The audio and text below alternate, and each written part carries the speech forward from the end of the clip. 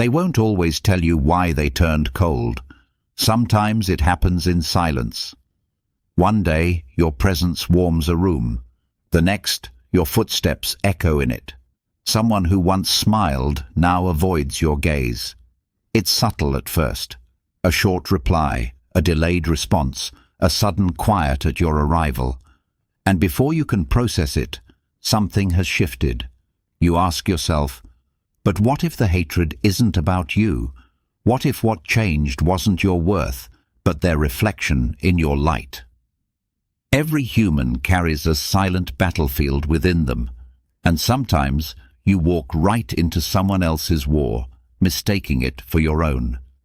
This is where philosophy begins, not with answers, but with the courage to stand in the middle of that silence and truly see, what did I do wrong? It begins with a glance that lingers too briefly, a smile that never quite reaches the eyes, a response that arrives hours later when it once came in minutes. You notice it first as a subtle shift in the atmosphere, like the air pressure dropping before a storm you cannot yet see. Yesterday, they laughed at your jokes. Today, they check their phone when you speak. Yesterday, they sought your opinion. Today, they turn to others as if you've become invisible. The change is so gradual, so carefully orchestrated, that you almost convince yourself you're imagining it. But the body knows what the mind denies. Something fundamental has shifted, and you are standing in the aftermath of a decision you were never consulted about.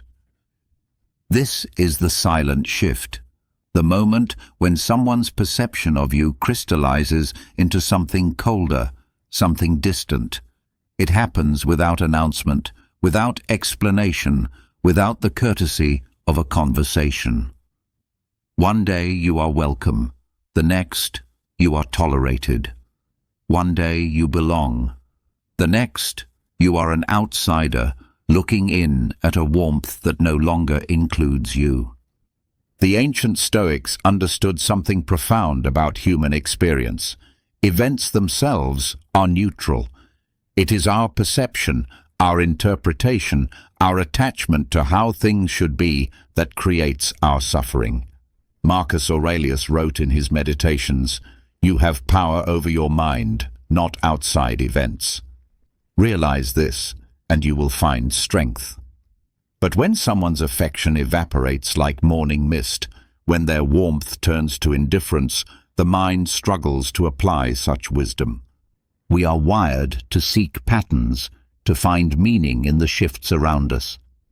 When someone who once valued our presence begins to treat us as if we are merely taking up space, every instinct screams that we must have done something wrong.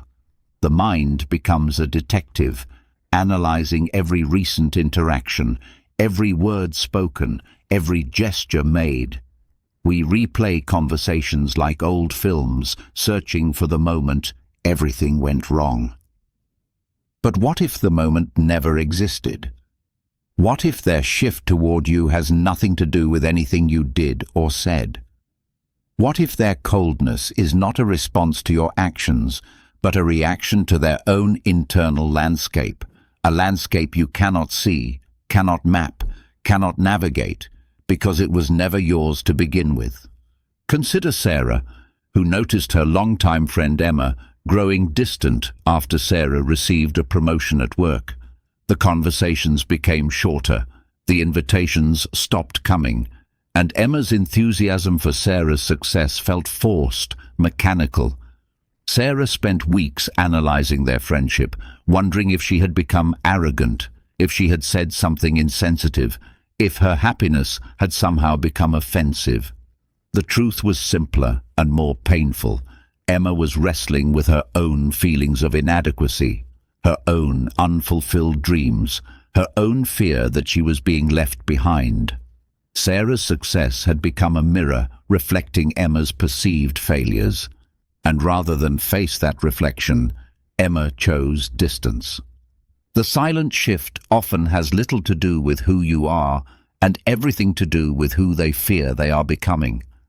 Your presence, your success, your contentment can become an unwitting spotlight on their own shadows. You become not a person, but a reminder of everything they feel they lack. This is where philosophy begins its quiet revolution in our understanding. The Stoics taught that we suffer not from what happens to us, but from our judgments about what happens to us. When someone grows cold toward you, the immediate judgment is personal. I have failed somehow. I am not enough. I have done something wrong. But what if the judgment itself is the problem? Epictetus, the Stoic philosopher who understood suffering intimately, taught his students to distinguish between what is up to us and what is not up to us. Their opinion of you, their decision to withdraw, their choice to replace warmth with indifference, none of this is up to you. What is up to you is how you interpret their behavior, how you respond to their distance, and whether you choose to carry their coldness as evidence of your own worth. The silent shift is not a verdict on your value. It is information about their internal state, their capacity for connection, their ability to manage their own emotional weather. When someone turns away from you without explanation, they are not necessarily turning away from who you are. They may be turning away from who they see themselves becoming in your presence. Not every silence is your fault. Not every withdrawal is your responsibility. Not every coldness is your creation. Sometimes you are simply standing too close to someone else's storm, and they mistake your presence for the cause of their rain. The first step toward freedom is recognizing that their shift may have everything to do with them and nothing to do with you. The second step is learning to stand steady in that recognition, even when every instinct urges you to chase after explanations that may never come. In the silence of their withdrawal, you have a choice. You can make their distance about your inadequacy, or you can make it about their struggle. You can carry their coldness as proof of your failure, or you can observe it as evidence of their pain. The event remains the same, but your interpretation, and therefore your suffering, can change entirely. This is where the fracture begins to heal, not when they return to warmth, but when you stop needing them to. When someone's affection evaporates without explanation, something violent happens inside you. It is not the clean cut of rejection. That, at least, has the dignity of clarity. This is messier, more destabilizing. It is the slow erosion of certainty, the gradual realization that you have been reading the relationship wrong, that the warmth you felt was either never real or has died by causes unknown. The mind, faced with this ambiguity, becomes a storm system. Thoughts circle and collide like weather patterns, seeking equilibrium that never comes.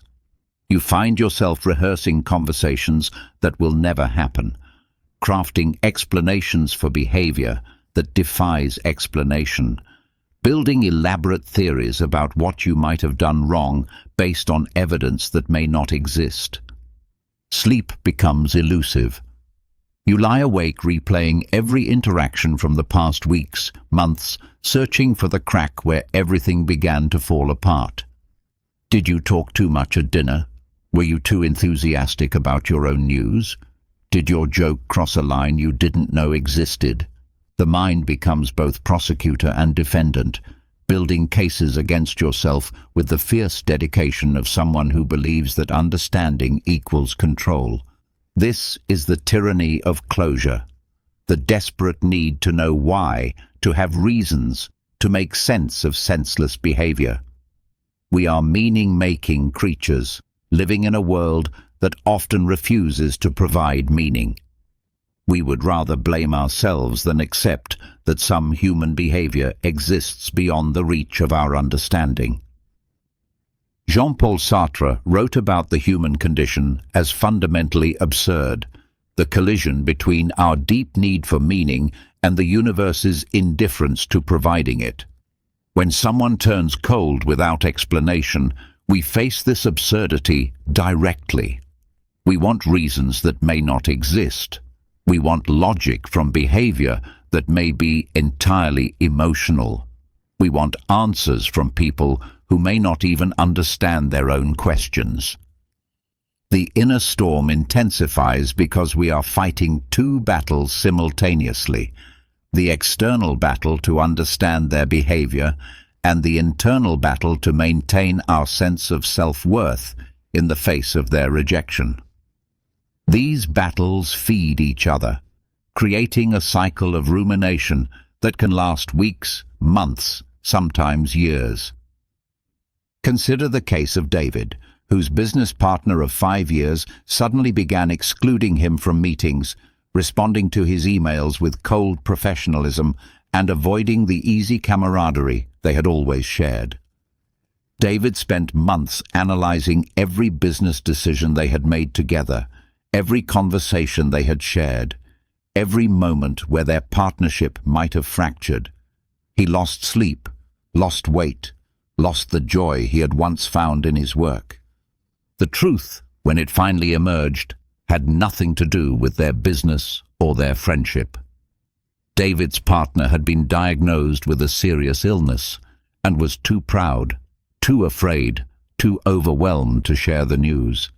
His coldness was not rejection, it was the desperate attempt of someone drowning to push away even those who might save him rather than be seen as vulnerable. But David could not have known this, and even knowing it now, he cannot recover the months he spent in the storm of self-doubt, the weeks he spent questioning his own worth, the countless hours he spent trying to solve a puzzle that was never his to solve. This is the cruelty of the inner storm. It convinces us that our suffering is productive, that our rumination is bringing us closer to understanding. We mistake the intensity of our thinking for the quality of our insights. We believe that if we just analyze deeply enough, replay thoroughly enough, worry completely enough, we will crack the code of their behavior and find our way back to peace. But the storm is not a path to understanding. It is a prison built from our own thoughts. Each rumination is another bar, each replay another lock. We become captives of our own need to know, our own inability to accept mystery, our own refusal to believe that their behavior might have nothing to do with us. The existentialists understood that we are condemned to be free, that we have no choice but to make choices, even when we lack complete information. When someone grows cold without explanation, we face a fundamental choice.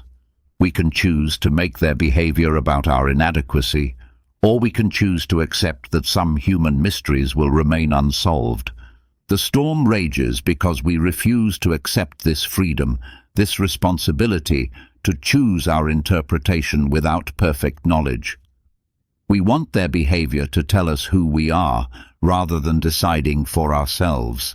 We want their coldness to define our worth, rather than defining it from within. Epictetus taught that it's not what happens to you, but how you react to it that matters. The inner storm is our reaction, not to what they did, but to our refusal to accept what we cannot control. We storm because we cannot force them to explain. We rage because we cannot make them care. We suffer because we cannot control their choices, their feelings, their mysterious shifts from warmth to ice. The storm will pass, but only when we stop feeding it with our need to know, our need to fix, our need to turn their silence into our story. Sometimes the most profound act of self-care is learning to live with questions that have no answers, mysteries that resist solution, behavior that defies explanation. In the center of every storm is an eye of perfect stillness. The challenge is learning to find that center not when the storm passes, but while it still rages around you.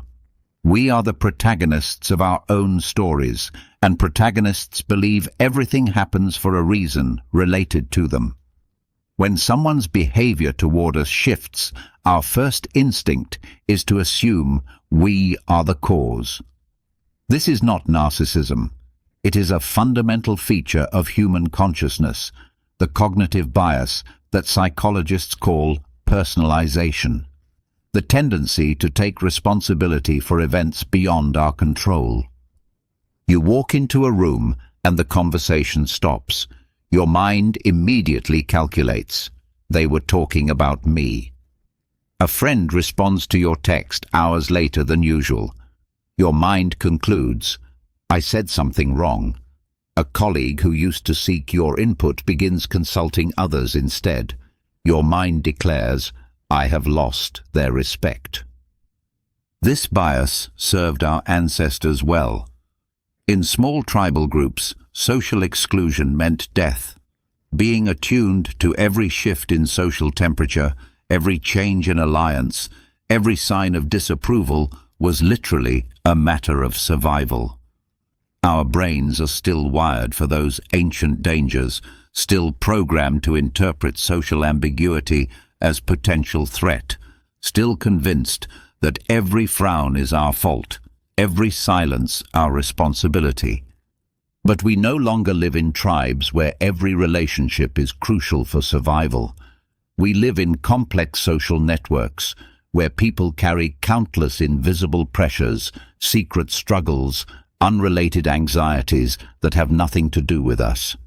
Yet our ancient brain continues to process their behavior through the lens of immediate relevance to our survival. The Stoic philosophers understood this tendency and taught their students to question their initial interpretations of events. Marcus Aurelius reminded himself constantly that others' actions might have causes completely unrelated to him. How much trouble he avoids who does not look to see what his neighbor says or does, but only to what he does himself. Consider two friends, Alex and Jordan, who both notice their mutual friend Sam becoming distant and moody. Alex immediately assumes he has done something to offend Sam and spends days replaying their recent interactions, searching for his mistake.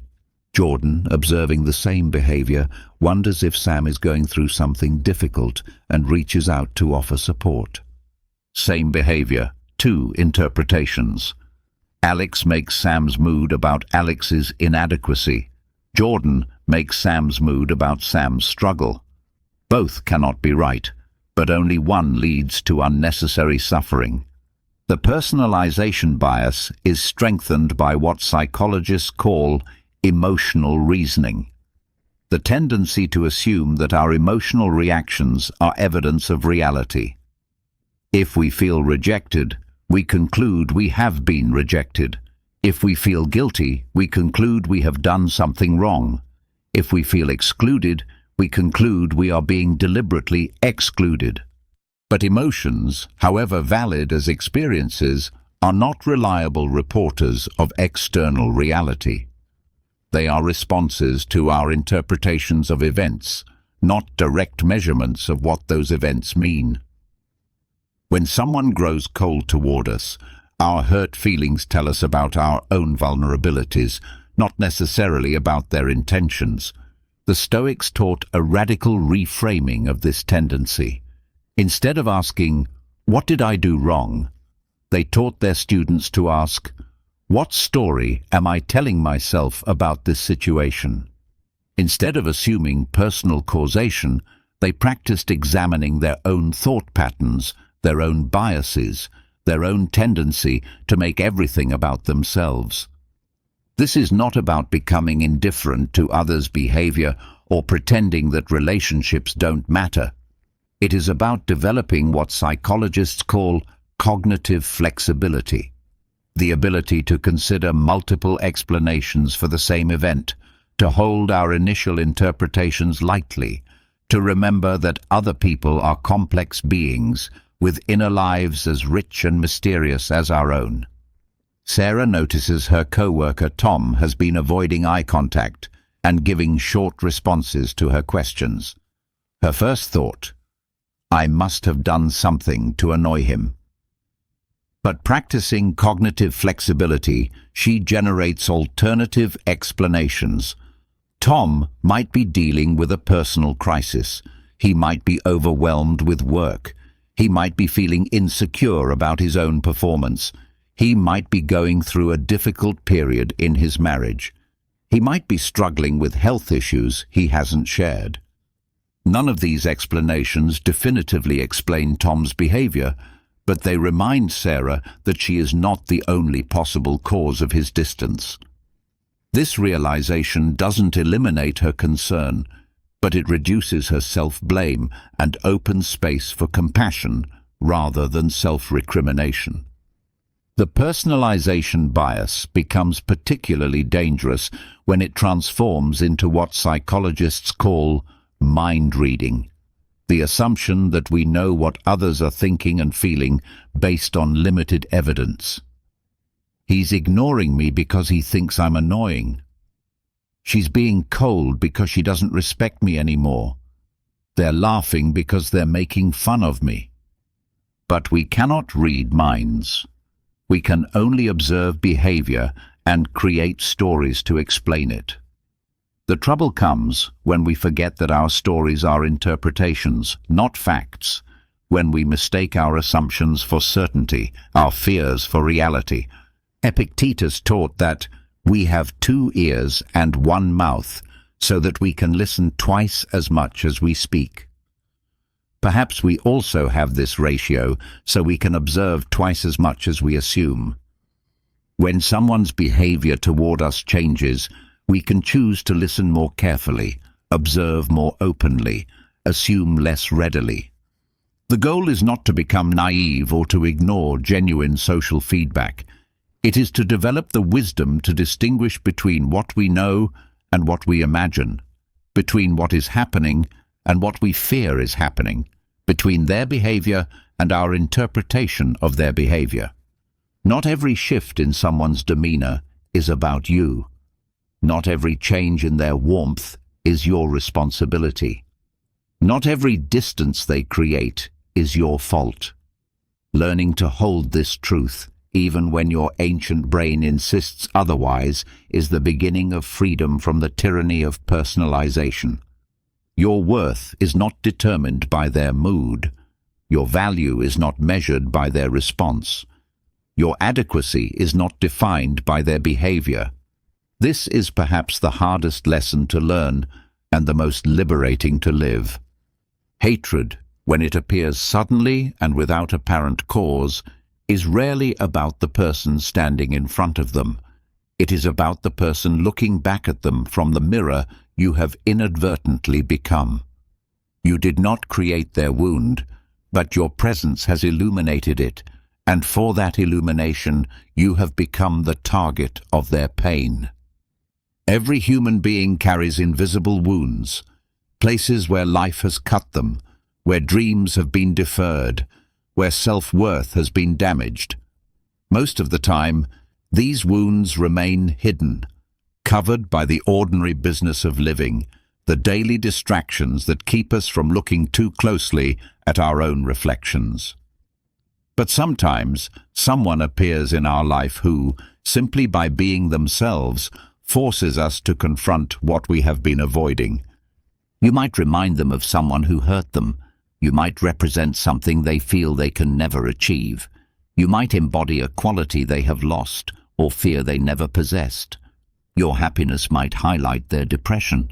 Your success might emphasize their perceived failures. Your peace might disturb their chaos.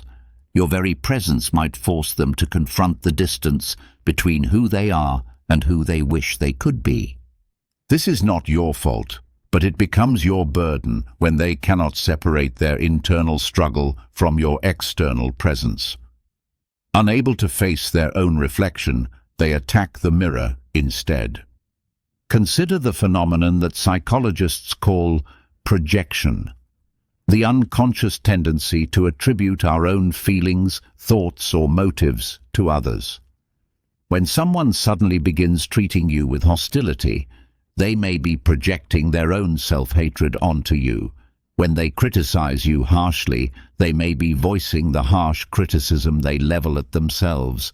When they withdraw their affection, they may be protecting themselves from confronting their own capacity for self-destruction. Maria worked with a colleague, Jennifer, who had always been friendly and collaborative. But after Maria received recognition for a project they had worked on together, Jennifer's behavior changed dramatically. She became critical, dismissive, and eventually openly hostile.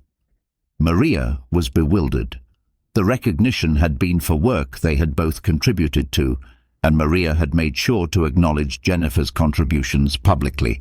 What Maria could not see was Jennifer's invisible wound, a deep-seated belief that she was not capable of achieving significant success, that recognition would always go to others, that she was destined to remain in the background.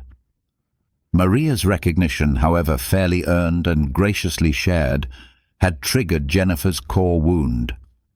Rather than face her own beliefs about her inadequacy, Jennifer chose to make Maria the enemy, to see her as someone who had stolen what Jennifer felt she deserved, but feared she could never earn.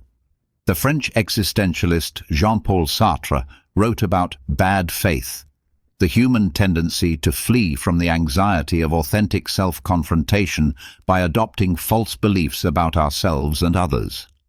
When someone suddenly turns against you, they may be engaging in bad faith, choosing to see you as the source of their discomfort rather than examining the source within themselves. This is not a conscious choice. Most people are not aware they are projecting their wounds onto others. The mechanism operates below the level of conscious awareness, protecting them from insights they are not ready to face.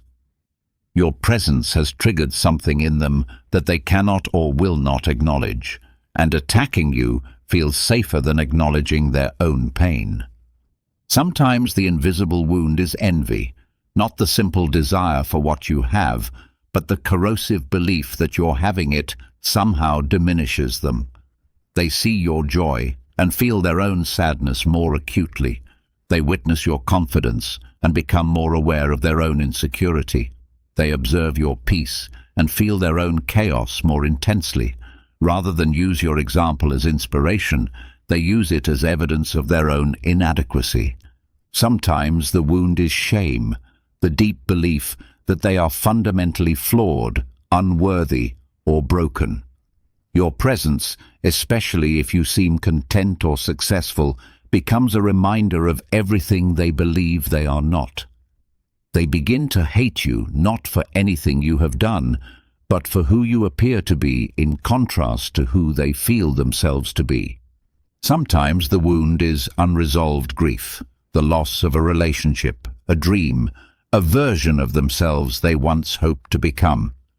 You might remind them of what they have lost, or represent what they fear they will never find. Your existence becomes a painful reminder of their absence, your wholeness a mirror to their brokenness. The Stoics understood that we cannot control others' reactions to us, only our own responses to their reactions. Marcus Aurelius wrote, "The best revenge is not to be like your enemy." When someone projects their wounds onto you, the temptation is to strike back, to defend yourself, to prove them wrong. But this only feeds the dynamic, confirming their unconscious belief that you are indeed a threat. The wiser response is to recognize their hatred as information about their internal state, not evidence of your character. Their inability to tolerate your presence tells you about their wound, not your worth. Their need to diminish you reveals their own sense of diminishment, not your actual inadequacy. This understanding does not make their behavior acceptable or mean you should tolerate abuse. It simply helps you locate the source of their hostility accurately. You are not the cause of their wound. You are merely standing too close to someone who is bleeding. Compassion does not require you to absorb their projections or accept their hostility. It requires you to see their behavior clearly, without taking on the false responsibility for their healing. Their wound is not yours to carry, their healing not yours to accomplish, their projection not yours to accept as truth about who you are. Sometimes, the kindest thing you can do for someone who is projecting their wound onto you is to step away, to refuse to play the role they have assigned you in their internal drama. This creates space for them to confront their own reflection without the distraction of blaming you for what they see. You cannot heal their invisible wound, but you can refuse to let it become yours. You cannot fix their projection, but you can decline to absorb it.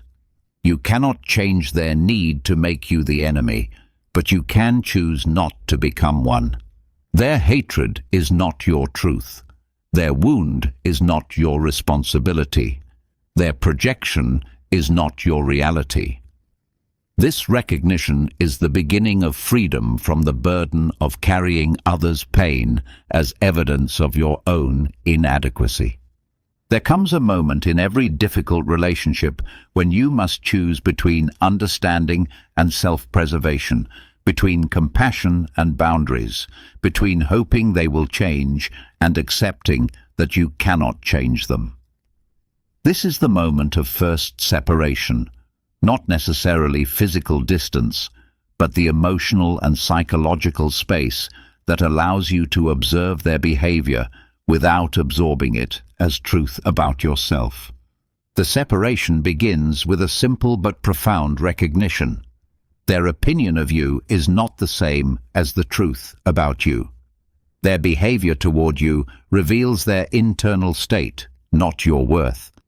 Their inability to appreciate your presence speaks to their capacity for appreciation, not your worthiness of appreciation.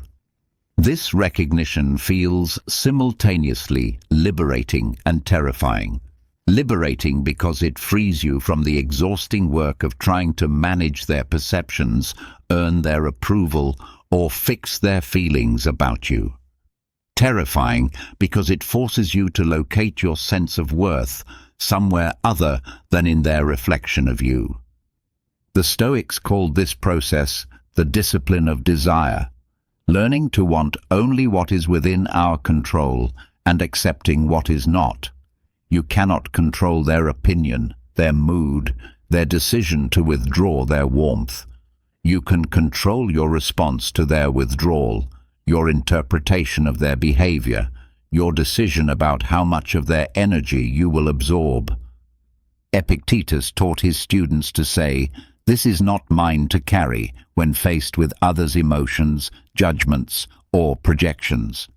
When someone treats you coldly, you can choose to carry their coldness as evidence of your inadequacy, or you can choose to observe it as evidence of their struggle and refuse to make it yours.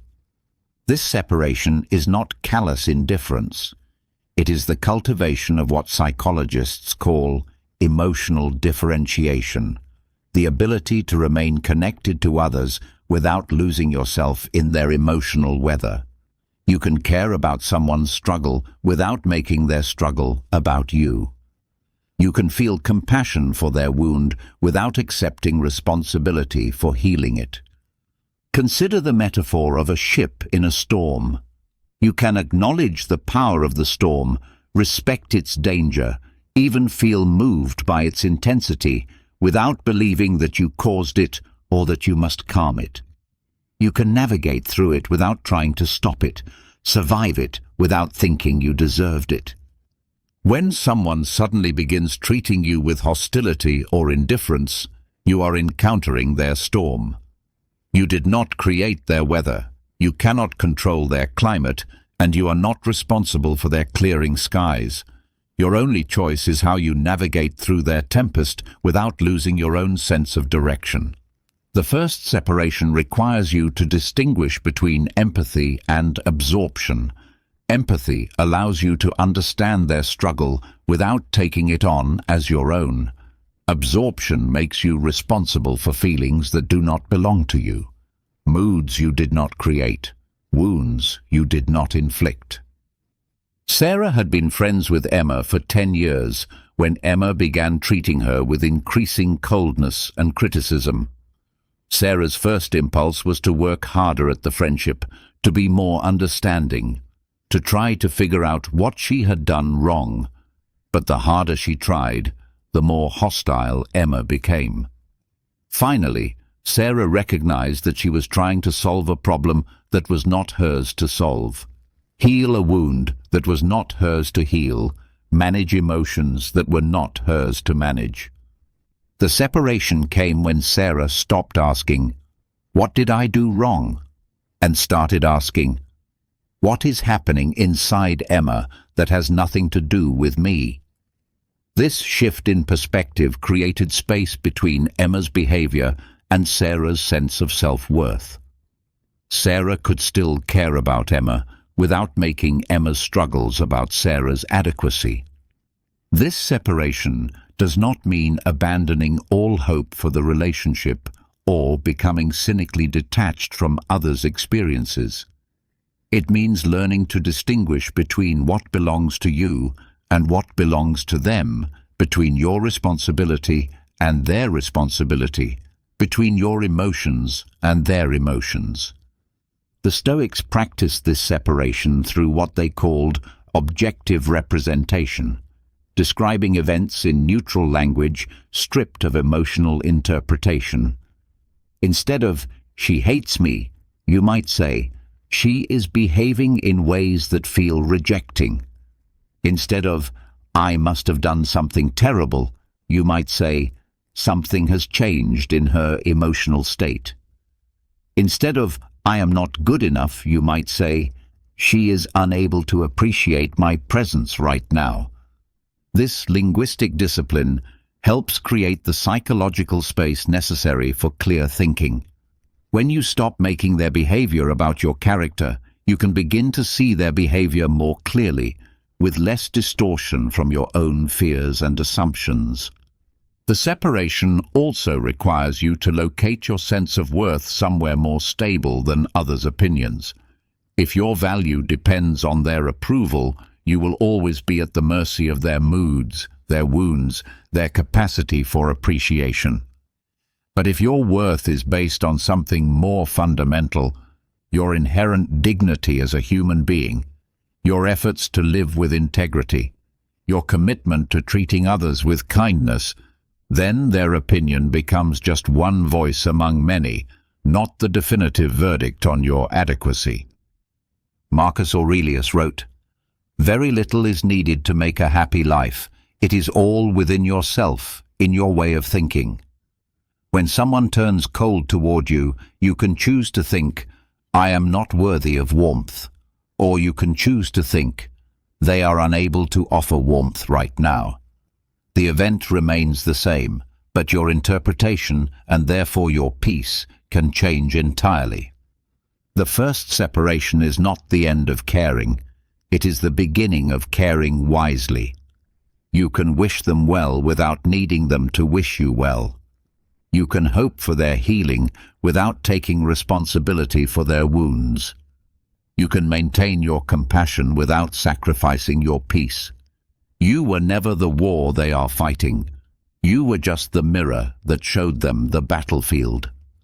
Now you can step away from that mirror and let them face their reflection without making their struggle about your worth.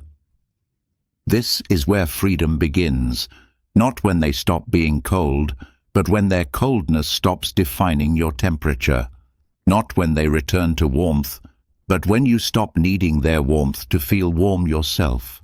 The human mind is an architect of extraordinary ingenuity, capable of constructing elaborate buildings from the raw materials of perception, memory, and emotion.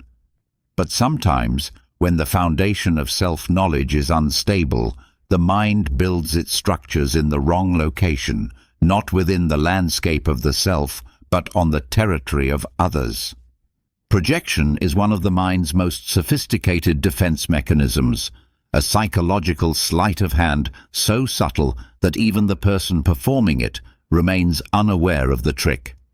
When someone cannot tolerate a particular feeling, thought, or aspect of themselves, they unconsciously relocate it to someone else. They see in others what they cannot bear to see in themselves, feel toward others what they cannot bear to feel about themselves, and hate in others what they refuse to acknowledge within themselves. This is not conscious deception. The person engaging in projection genuinely experiences their projected feelings as originating from the other person. They are not lying when they say you make them angry. They truly feel angry in your presence. They are not pretending when they claim you are selfish. They genuinely perceive selfishness in your behavior. The projection has become their reality, as convincing as any optical illusion.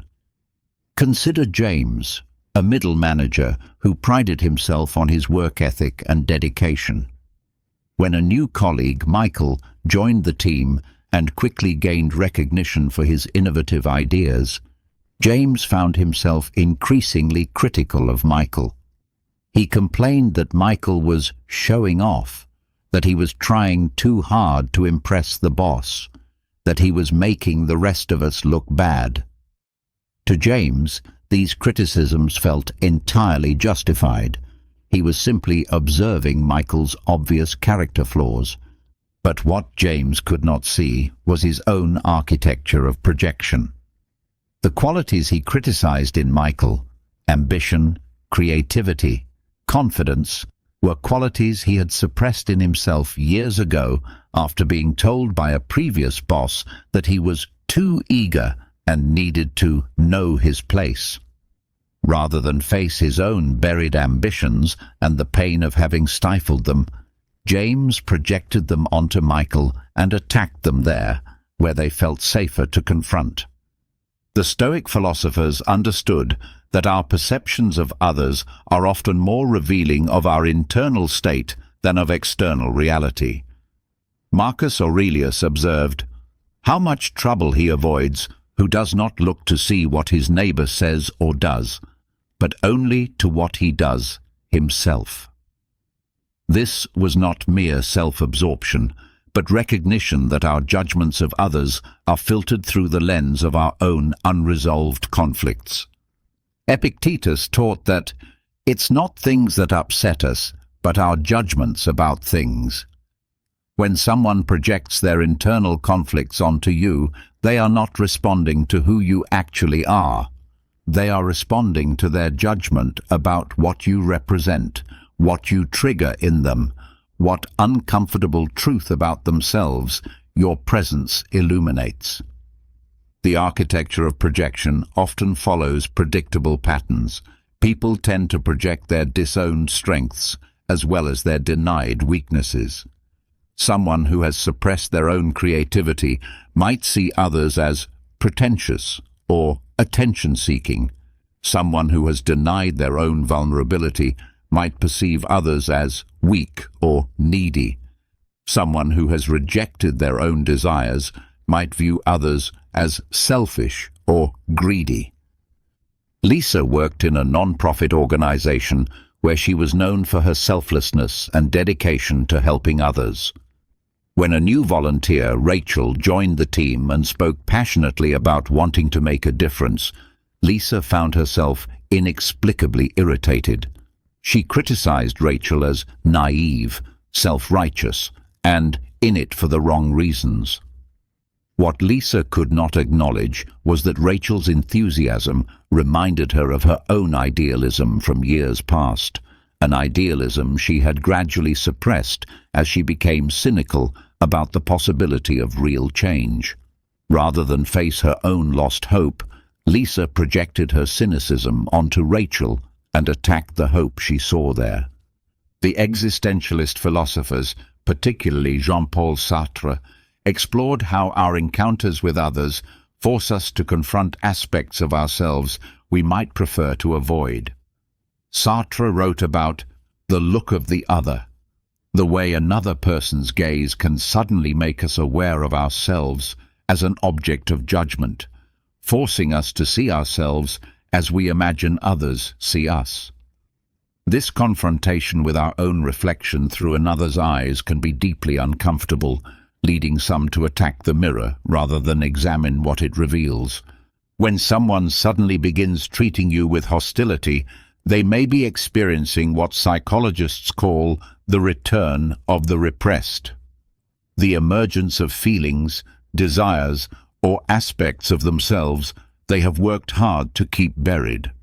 Your presence, your behavior, your very existence might be calling forth something in them they are not prepared to face, and attacking you feels easier than facing themselves.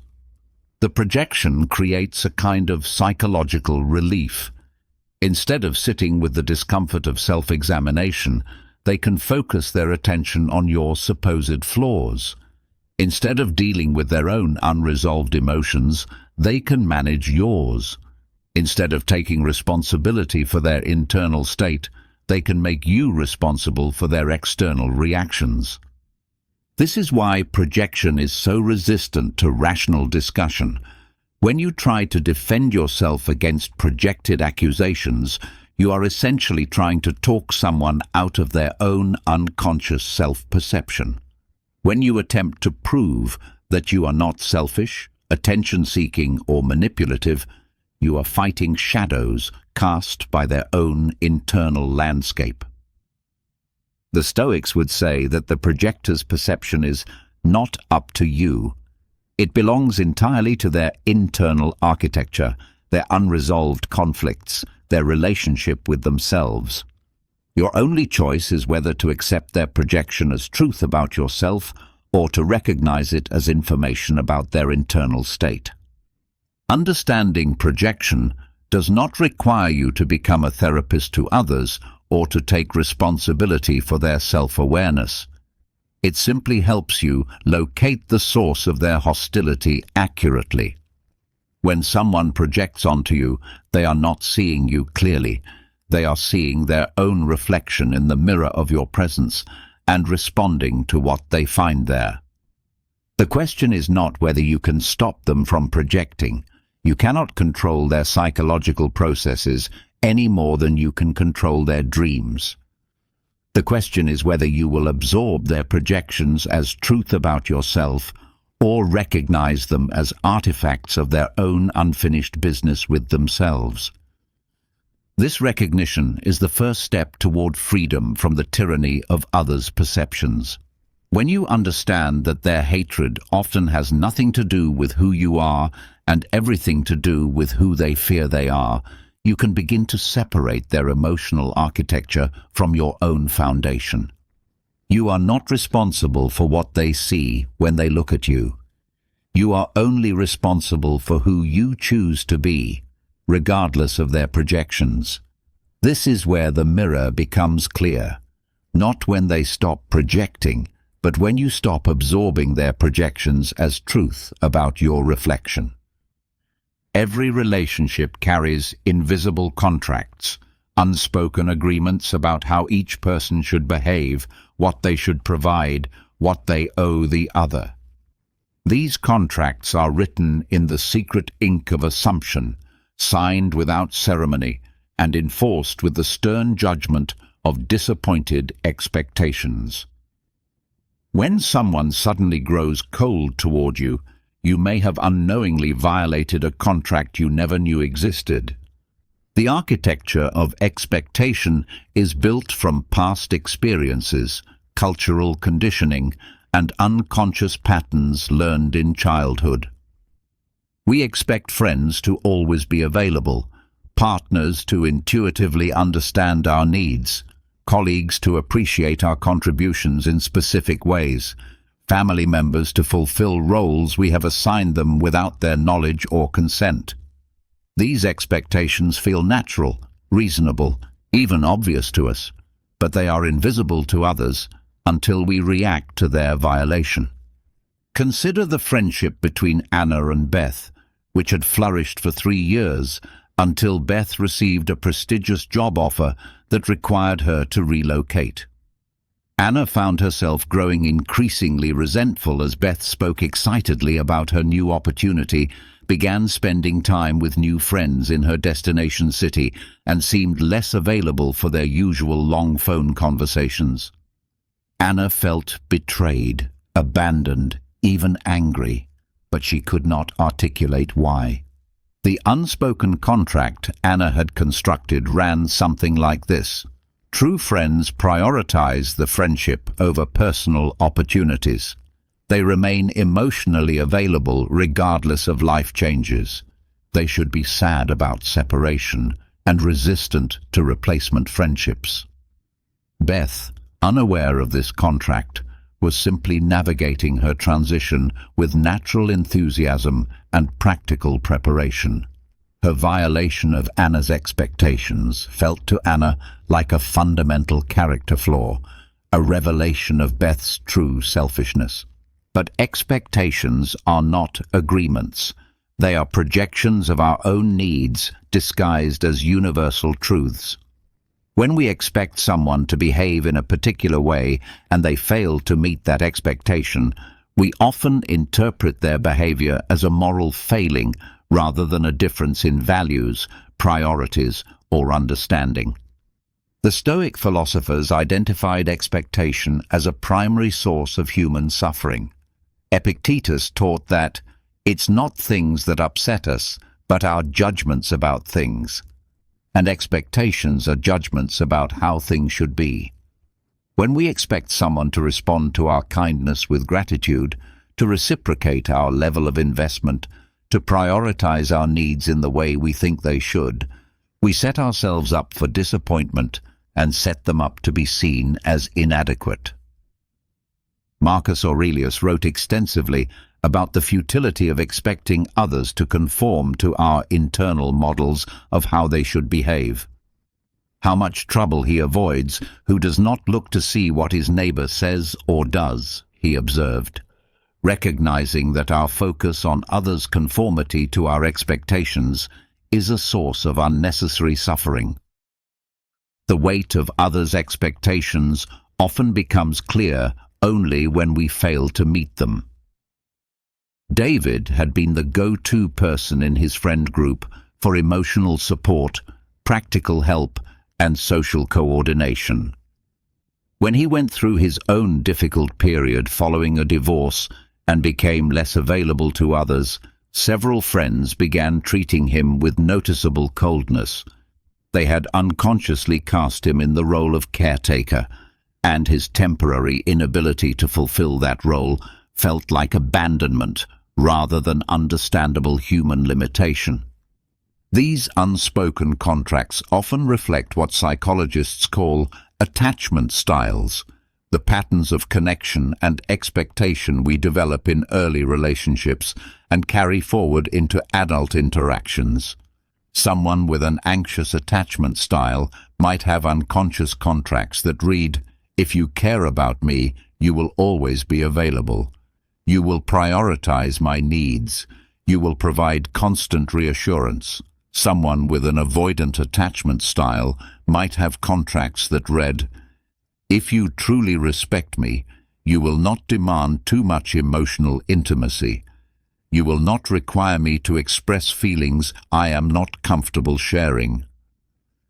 Neither person may be aware of these contracts, but both will feel violated when the other person's natural behavior contradicts their unconscious expectations. The anxiously attached person may interpret their partner's need for space as rejection. The avoidantly attached person may interpret their partner's desire for closeness as intrusion. The existentialist philosophers explored how these unconscious contracts limit human freedom.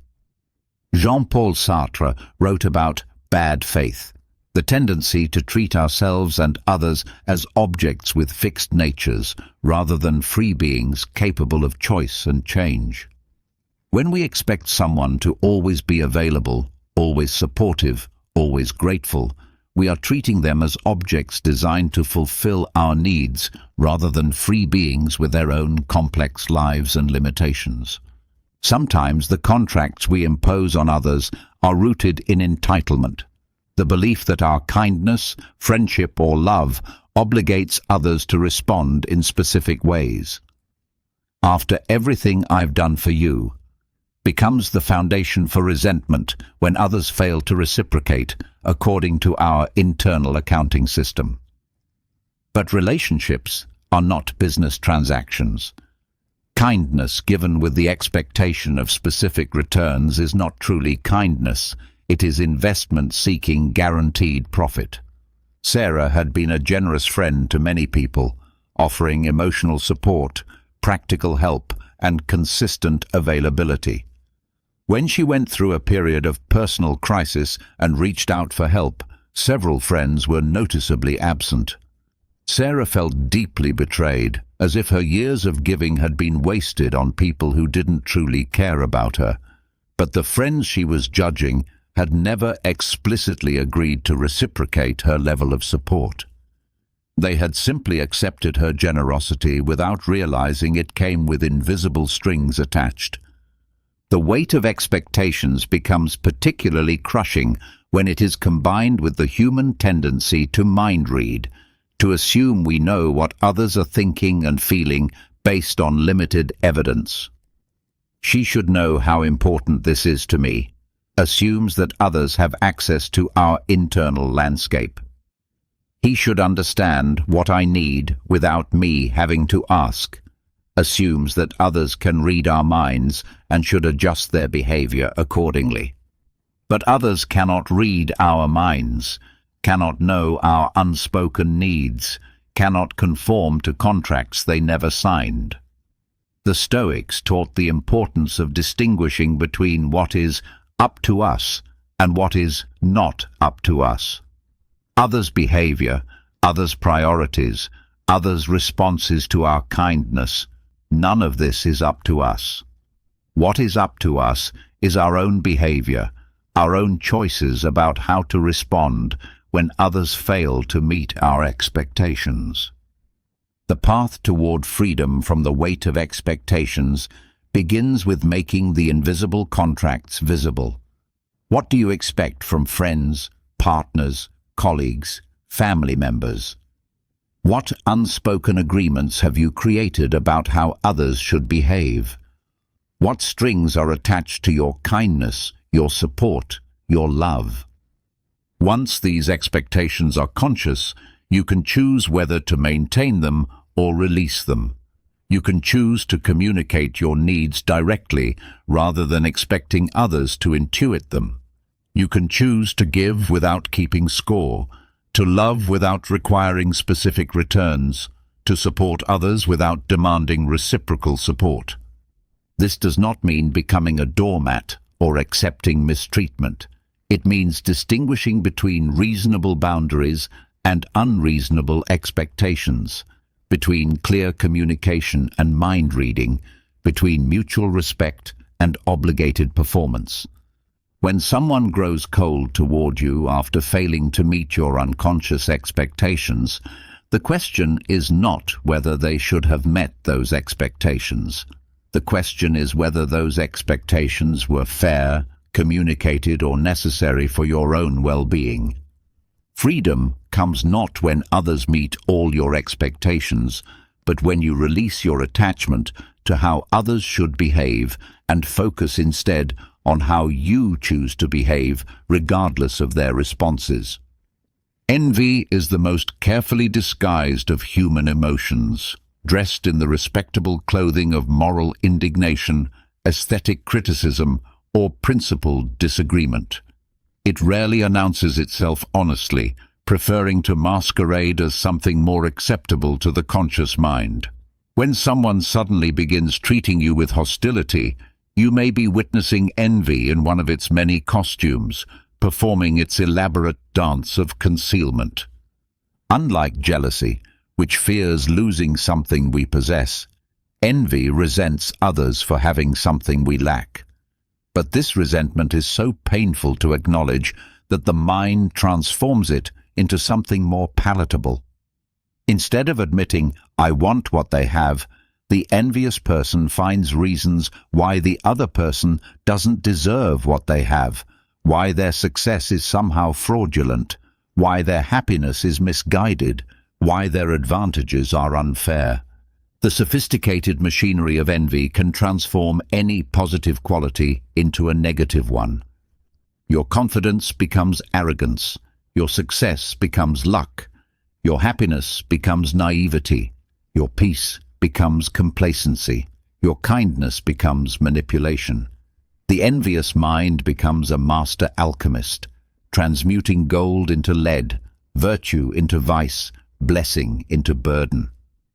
Consider the case of two writers, Elena and Marcus, who had been friends since college. When Elena's novel was accepted for publication after years of rejections, Marcus's response was noticeably lukewarm. Over the following months, he began making subtle criticisms of her work, questioning whether her success was really earned, suggesting that the publishing industry was dumbed down, and implying that her happiness about the achievement was somehow shallow or misplaced. Marcus was not conscious of his envy. In his mind, he was simply offering honest literary criticism, pointing out the decline of publishing standards and questioning the value systems that prioritized commercial success over artistic integrity. The elaborate intellectual framework he constructed around his resentment made it feel legitimate, even noble. He was not envious. He was discerning. He was not bitter. He was realistic. But beneath the sophisticated justifications, Marcus was struggling with a simple and painful truth. Eleanor had achieved something he desperately wanted, but had been unable to attain. Her success forced him to confront his own perceived failures, his own unfulfilled dreams, his own fear that he might never achieve the recognition he craved. Rather than face these uncomfortable truths about himself, he chose to diminish her achievement and question her worthiness. The ancient philosophers understood envy as a form of self-inflicted suffering. Aristotle described it as pain at the good fortune of others, while the Stoics saw it as a fundamental misunderstanding of the nature of good and evil. Marcus Aurelius observed that envy reveals a person's inability to find contentment within themselves, their dependence on comparison for self-worth, their belief that life is a zero-sum game where another's gain necessarily represents their loss. Envy operates on several false premises that make it particularly destructive. The first is the scarcity myth, the belief that there is only so much success, happiness, or good fortune available in the world, and another person's portion diminishes what remains for everyone else. The envious person sees your promotion and thinks their chances for advancement have decreased. They see your happiness and feel their own sadness more acutely. They witness your peace and become more aware of their own chaos. The second premise is the comparison trap, the belief that our worth is determined relative to others rather than absolute terms. When someone bases their self-esteem on being better than others, anyone who surpasses them in any area becomes a threat to their entire sense of identity. Your success doesn't just represent achievement, it represents their failure. Your contentment doesn't just represent peace, it represents their inadequacy. The third premise is the desert fallacy, the belief that we can accurately judge who deserves what in life. The envious person becomes convinced that they are more deserving of your success than you are, that they have worked harder, suffered more, or possess superior qualities that should have been rewarded instead. This moral framework transforms their resentment into righteous indignation, making their envy feel justified rather than petty. Jennifer worked in a non-profit organization where she had volunteered for years before accepting a paid position. When a recent graduate, Kevin, was hired for a higher-level position with better pay, Jennifer's reaction was swift and cutting.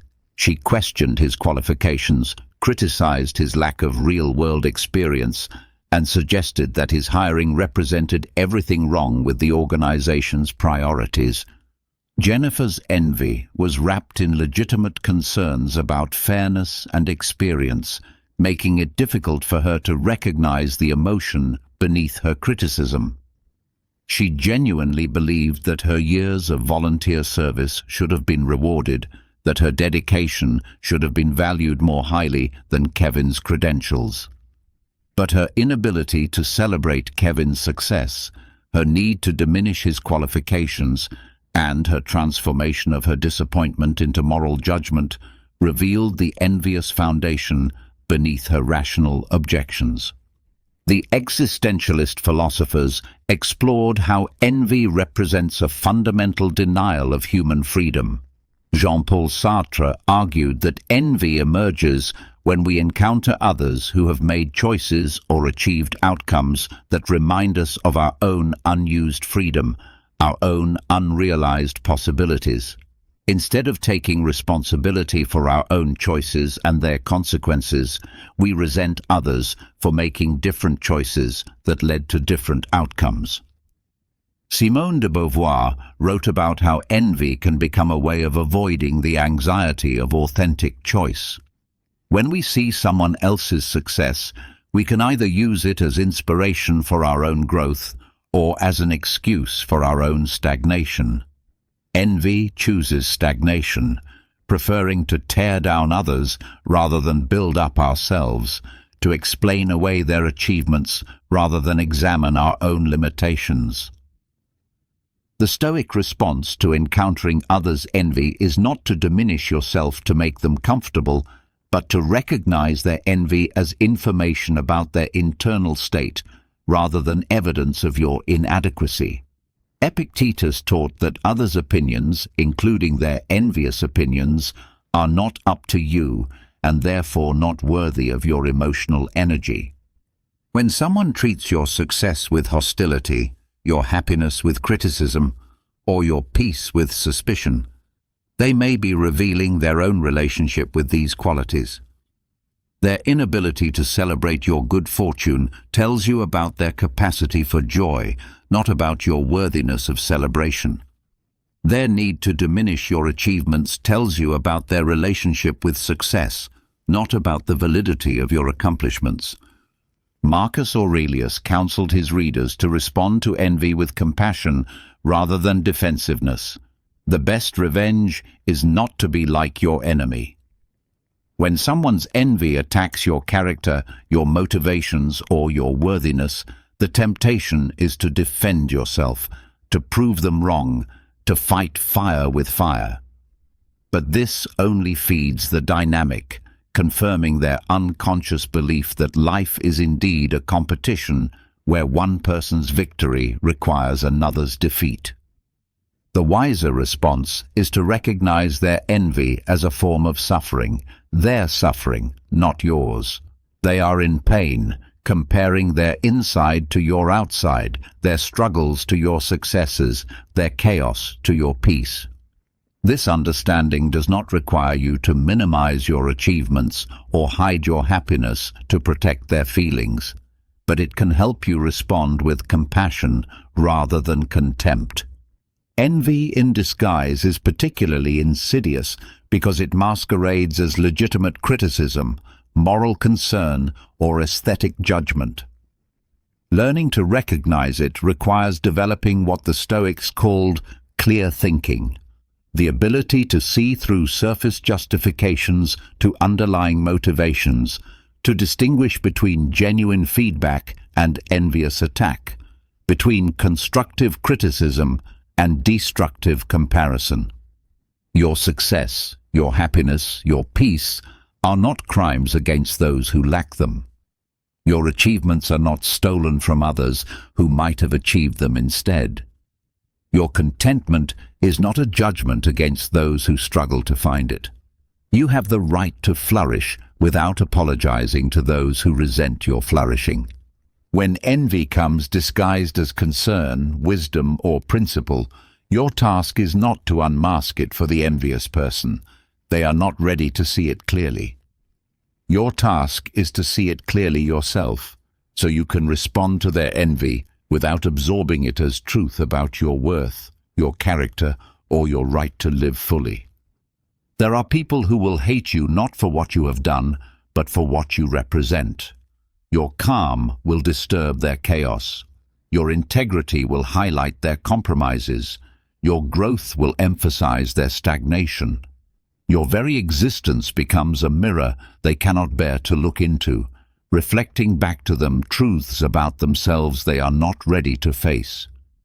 This is perhaps the most bewildering form of hostility to receive because it is so completely disconnected from your actions. You have not wronged them, competed with them, or taken anything from them. You have simply existed in a way that forces them to confront the distance between who they are and who they could be, between the choices they have made and the choices they could have made differently.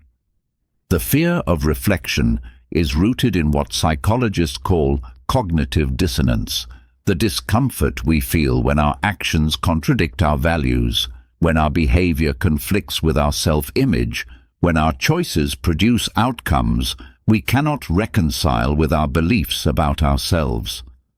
Rather than resolve this dissonance by changing either their behavior or their self-concept, some people choose a third option: attacking the mirror that shows them their contradictions. Consider Maria, who had gradually become cynical about her marriage, settling into patterns of criticism, contempt, and emotional distance from her husband. When her friend Laura spoke enthusiastically about her own marriage, expressing gratitude for her partner and describing their relationship with genuine warmth, Maria found herself inexplicably irritated. She began making subtle criticisms of Laura's naivety, questioning whether her happiness was realistic, and suggesting that her positive attitude toward marriage was somehow immature or misguided. Maria was not conscious of why Laura's contentment bothered her so deeply. In her mind, she was simply offering realistic perspective to a friend who was being overly romantic about the institution of marriage. But Laura's genuine happiness forced Maria to confront an uncomfortable truth. The problems in her own marriage were not inevitable features of all marriages, but specific consequences of choices she and her husband had made. Laura's example proved that different choices could lead to different outcomes, a truth Maria found too threatening to acknowledge. The existentialist philosophers explored this phenomenon through their analysis of bad faith, the human tendency to deny our own freedom and responsibility by convincing ourselves that our circumstances are inevitable, that our choices are constrained, that our patterns of behavior are fixed aspects of our nature rather than ongoing decisions we make each day. When someone encounters another person who has made different choices and achieved different outcomes, it can trigger a crisis of bad faith.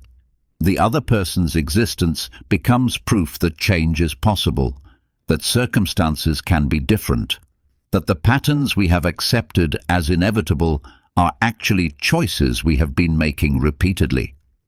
This revelation can be liberating or terrifying, depending on our readiness to take responsibility for our own freedom. Jean-Paul Sartre wrote about the anxiety that accompanies authentic self-confrontation. Man is condemned to be free, because once thrown into the world, he is responsible for everything he does. When someone's life reflects different possibilities, it reminds us that we too are condemned to be free, that our current circumstances are not inevitable facts, but consequences of choices, and that different choices remain possible. David worked in a corporate environment where cynicism was the dominant culture. Employees regularly complained about management, mocked the company's stated values, and treated their work as something to be endured rather than engaged with. When a new employee, Sarah, joined the team with genuine enthusiasm for the work and respect for the organization's mission, The reaction was swift and harsh. Colleagues questioned her sincerity, mocked her optimism, and worked to undermine her positive attitude. Sarah's enthusiasm forced her co-workers to confront an uncomfortable possibility. Maybe their cynicism was a choice rather than an inevitable response to their work environment. Maybe their negativity was more about their own attitudes than about objective workplace conditions. Maybe their misery was self-created rather than imposed from above. Rather than examine these possibilities, they chose to attack the mirror, to convince themselves and Sarah that her positivity was naive, unrealistic, or somehow fraudulent. The Stoic philosophers understood that our responses to others often reveal more about our internal state than about their external behavior. Marcus Aurelius observed that the universe is change, our life is what our thoughts make it. When someone's way of being in the world triggers our hostility, it may be because their thoughts, and therefore their life, demonstrate possibilities we have not been willing to explore. This dynamic becomes particularly intense when the reflection touches core areas of identity or values. Someone who has compromised their integrity repeatedly may feel intensely uncomfortable around someone who maintains strong ethical standards. Someone who has given up on their dreams may resent those who continue pursuing theirs. Someone who has become bitter about love may feel threatened by those who remain open to connection. The fear of reflection often manifests as moral criticism of the very qualities the person fears they lack. The person who has become dishonest attacks others as fake. The person who has become selfish criticizes others as self-righteous. The person who has become closed-hearted condemns others as naive or unrealistic. The criticism is not really about the other person. It is about the internal conflict between who they are and who they once hoped to be. Lisa had been struggling with depression for several years, gradually withdrawing from activities she once enjoyed and relationships she once valued. When her friend Amanda maintained her engagement with life, continuing to pursue her interests, maintain her friendships, and approach challenges with resilience, Lisa found herself increasingly critical of Amanda's superficial happiness and naive optimism.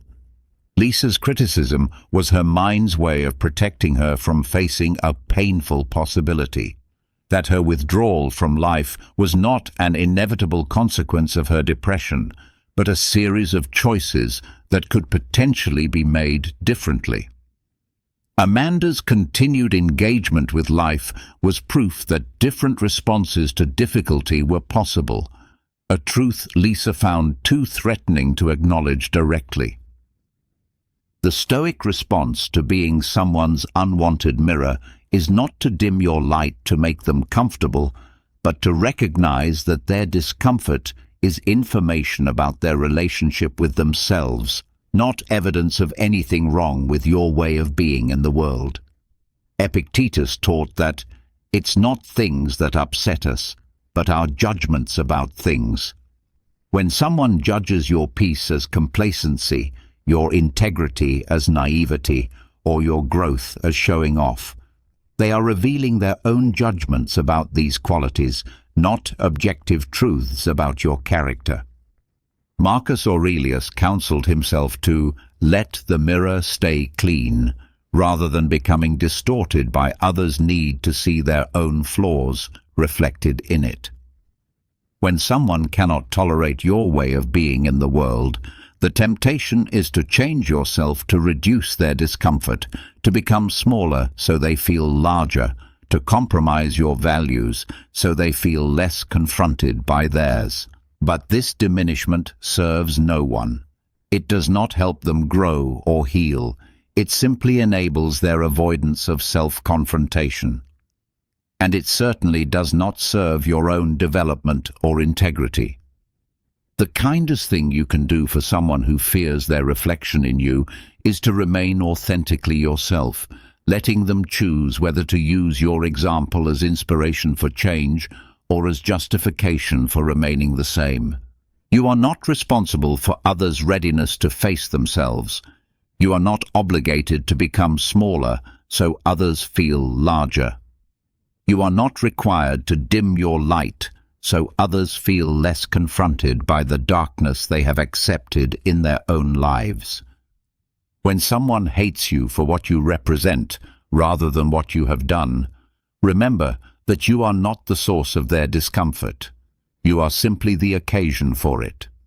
Their fear of reflection is about their relationship with themselves, not about your worthiness to exist as you are. Let the mirror stay clean. Let your light shine steadily. Let your integrity remain intact. Those who are ready to grow will use your example as inspiration. Those who are not ready will use it as irritation. Neither response is your responsibility to manage or change. The final and most profound liberation comes when you learn to separate your sense of self from others' perceptions of you. This is what the Stoics called disidentification. The practice of recognizing that you are not what others think about you, feel about you, or project onto you. You are not the sum of their opinions, the target of their emotions, or the canvas for their psychological projections. This separation is not achieved through indifference or emotional numbing, but through a clear understanding of where you end and others begin, what belongs to your identity and what belongs to their experience, what is your responsibility and what is theirs. It is the cultivation of what philosophers call ontological independence, the recognition that your existence and worth are not dependent on external validation or approval. Most of us learn early to measure ourselves through others' eyes, to gauge our worth by their responses, to define our identity through their reflections. We become walking mirrors, constantly adjusting our shape to please the observer, constantly seeking confirmation that we are acceptable, worthy, good enough. But this external orientation makes us prisoners of others' moods, victims of their psychological weather, hostages to their capacity for appreciation. The practice of disidentification begins with a fundamental recognition. Others' emotions about you are not facts about you. Their anger does not make you wrong. Their disapproval does not make you inadequate.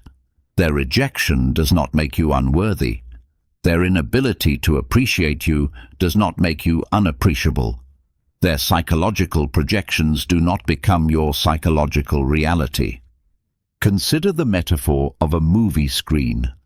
The screen remains white and unchanged whether the film projected upon it is a comedy or tragedy, a romance or horror story. The images that appear on the screen tell you about the film, not about the screen itself. Similarly, others' emotional reactions to you tell you about their internal film reel, their past experiences, their current struggles, their unconscious patterns, not about your essential nature. Sarah worked with a colleague, Robert, who seemed to take an instant dislike to her despite her professional competence and collegial approach. Robert was critical of her ideas, dismissive of her contributions, and openly hostile in meetings.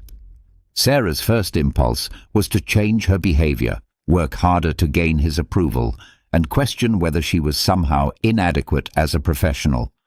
But as Sarah practiced disidentification, she began to see Robert's hostility as information about Robert rather than evidence about herself.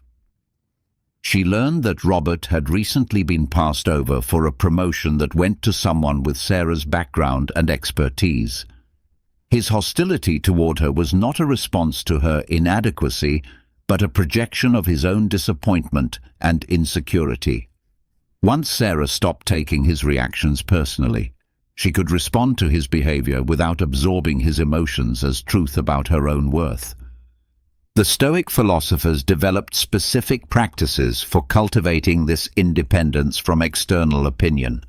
Marcus Aurelius regularly reminded himself that others' judgments were not up to him, and therefore not worthy of his emotional investment. Epictetus taught his students to say, "That is not mine to carry," when faced with others' emotions, expectations, or projections. This does not mean becoming callous or indifferent to others' experiences. It means learning to distinguish between empathy and absorption, between caring about others and making their emotions about you, between being responsive to feedback and being dependent on approval. The practice involves several key recognitions. Recognition. 1. Others' capacity for appreciation reflects their internal state, not your worth. Someone's inability to see your value tells you about their vision, not about your visibility. Their failure to appreciate your kindness tells you about their relationship with kindness, not about the quality of your heart. Their rejection of your friendship tells you about their capacity for connection, not about your worthiness of friendship. Recognition. 2. Others' emotional reactions belong to their psychological ecosystem, not yours. When someone feels angry in your presence, that anger exists in their emotional landscape, not yours. You can acknowledge its existence without accepting ownership of it. You can respond to it without absorbing it as evidence of your own inadequacy. Recognition 3. Others' projections reveal their shadows, not your character. When someone accuses you of being selfish, manipulative, or attention-seeking, they may be projecting qualities they cannot acknowledge in themselves. Their accusations tell you about their internal conflicts, not about your actual character traits. The existentialist philosophers explored how this independence is actually an expression of human freedom. Jean-Paul Sartre argued that existence precedes essence, that we exist first and create our identity through our choices rather than being born with fixed natures determined by others' perceptions.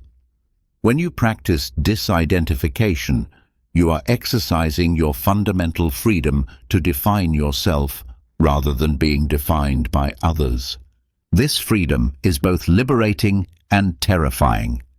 It means you cannot blame others for your sense of inadequacy. If you feel unworthy, it is because you have chosen to accept others' judgments as truth rather than opinion. But it also means you have the power to choose differently, to locate your worth somewhere more stable than others' fluctuating moods and projections. Tom struggled with his father's chronic disappointment and criticism.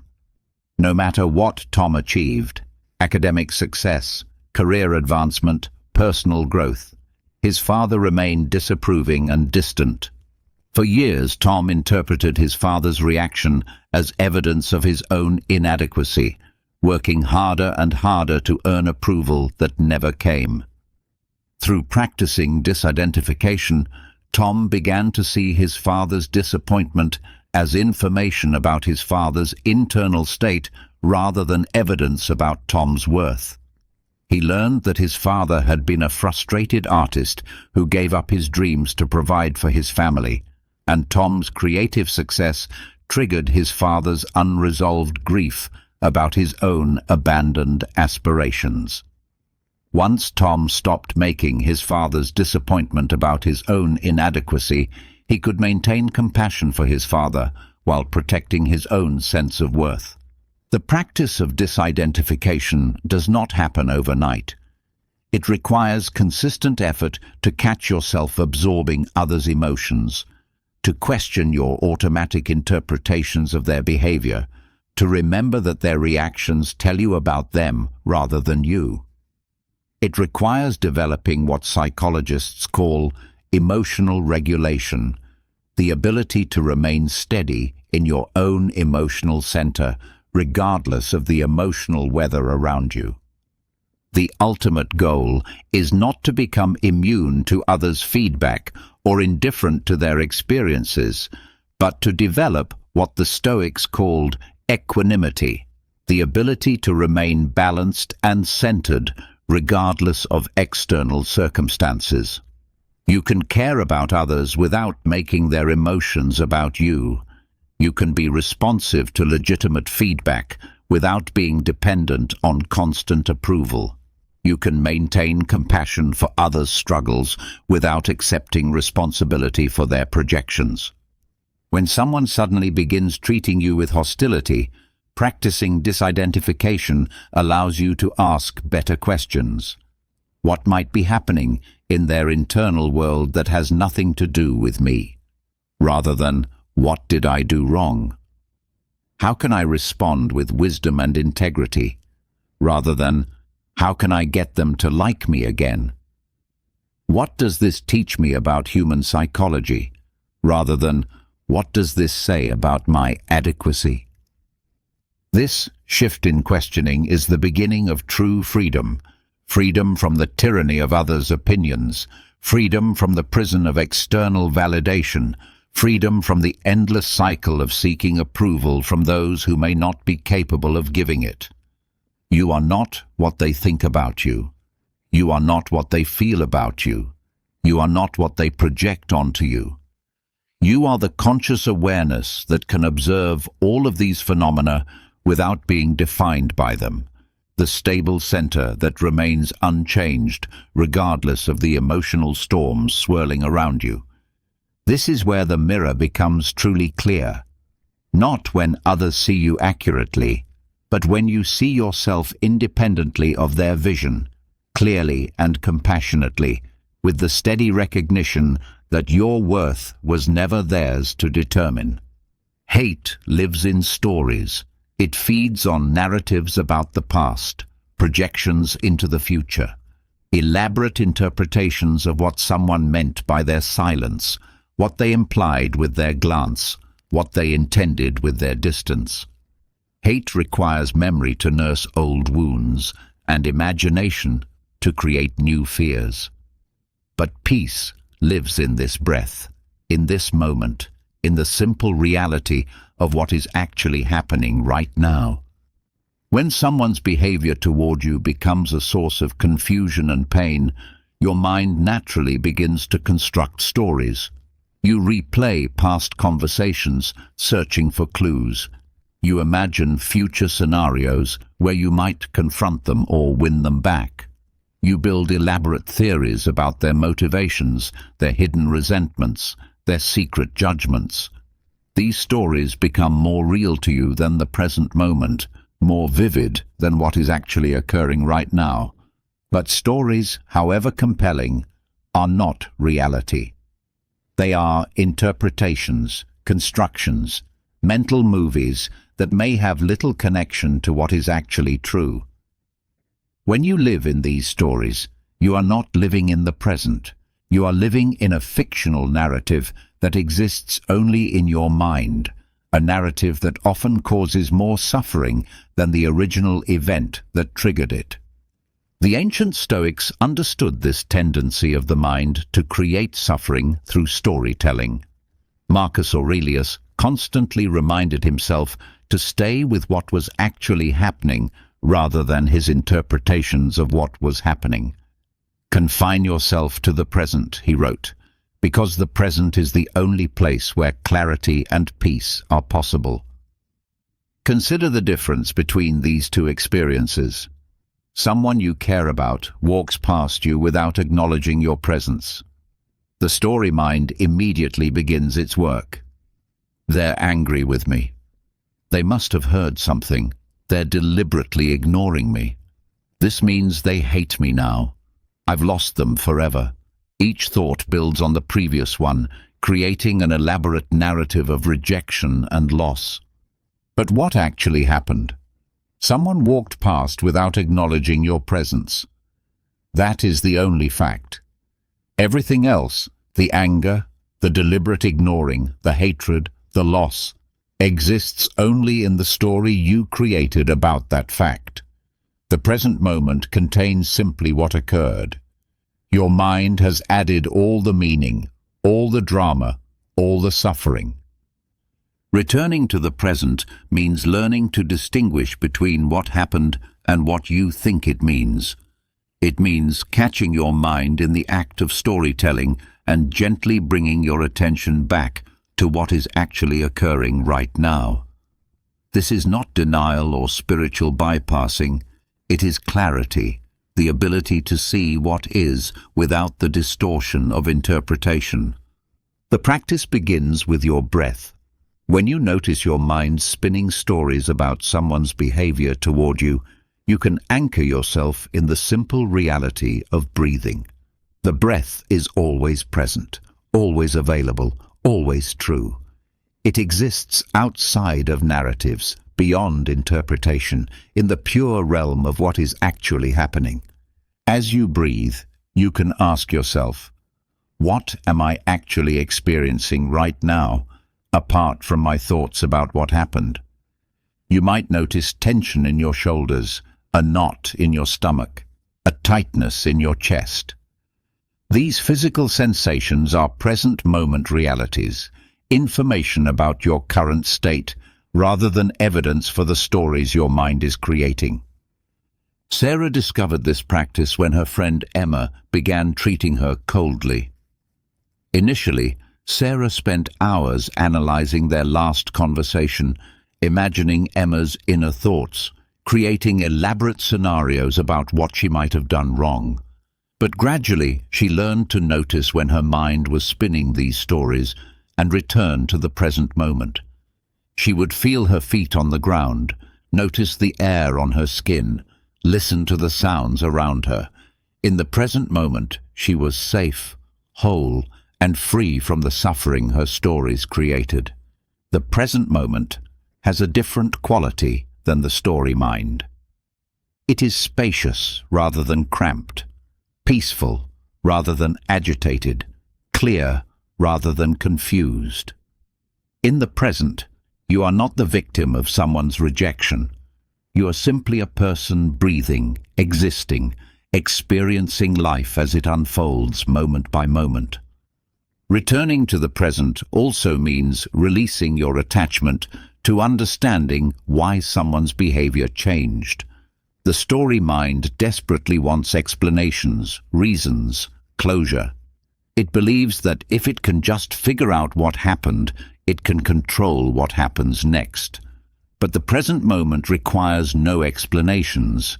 It simply is what it is, complete in itself, requiring no narrative to make it meaningful. This does not mean becoming passive or naive about others' behavior. Present moment awareness actually enhances your ability to perceive clearly because you are not looking through the filter of stories, expectations, or interpretations. You can see others' actions more accurately when you are not busy trying to fit those actions into predetermined narratives. The Zen tradition speaks of beginner's mind, approaching each moment with fresh eyes as if encountering it for the first time. When someone treats you differently, you can practice beginner's mind by releasing your stories about what their behavior means and simply observing what is actually happening. This creates space for new possibilities, new understanding, new responses. Marcus Aurelius wrote, "The universe is change. Our life is what our thoughts make it." When you return to the present moment, you stop letting your thoughts about someone's behavior create your experience of life. You reclaim your freedom to respond to what is actually happening rather than reacting to the stories you have created about what is happening.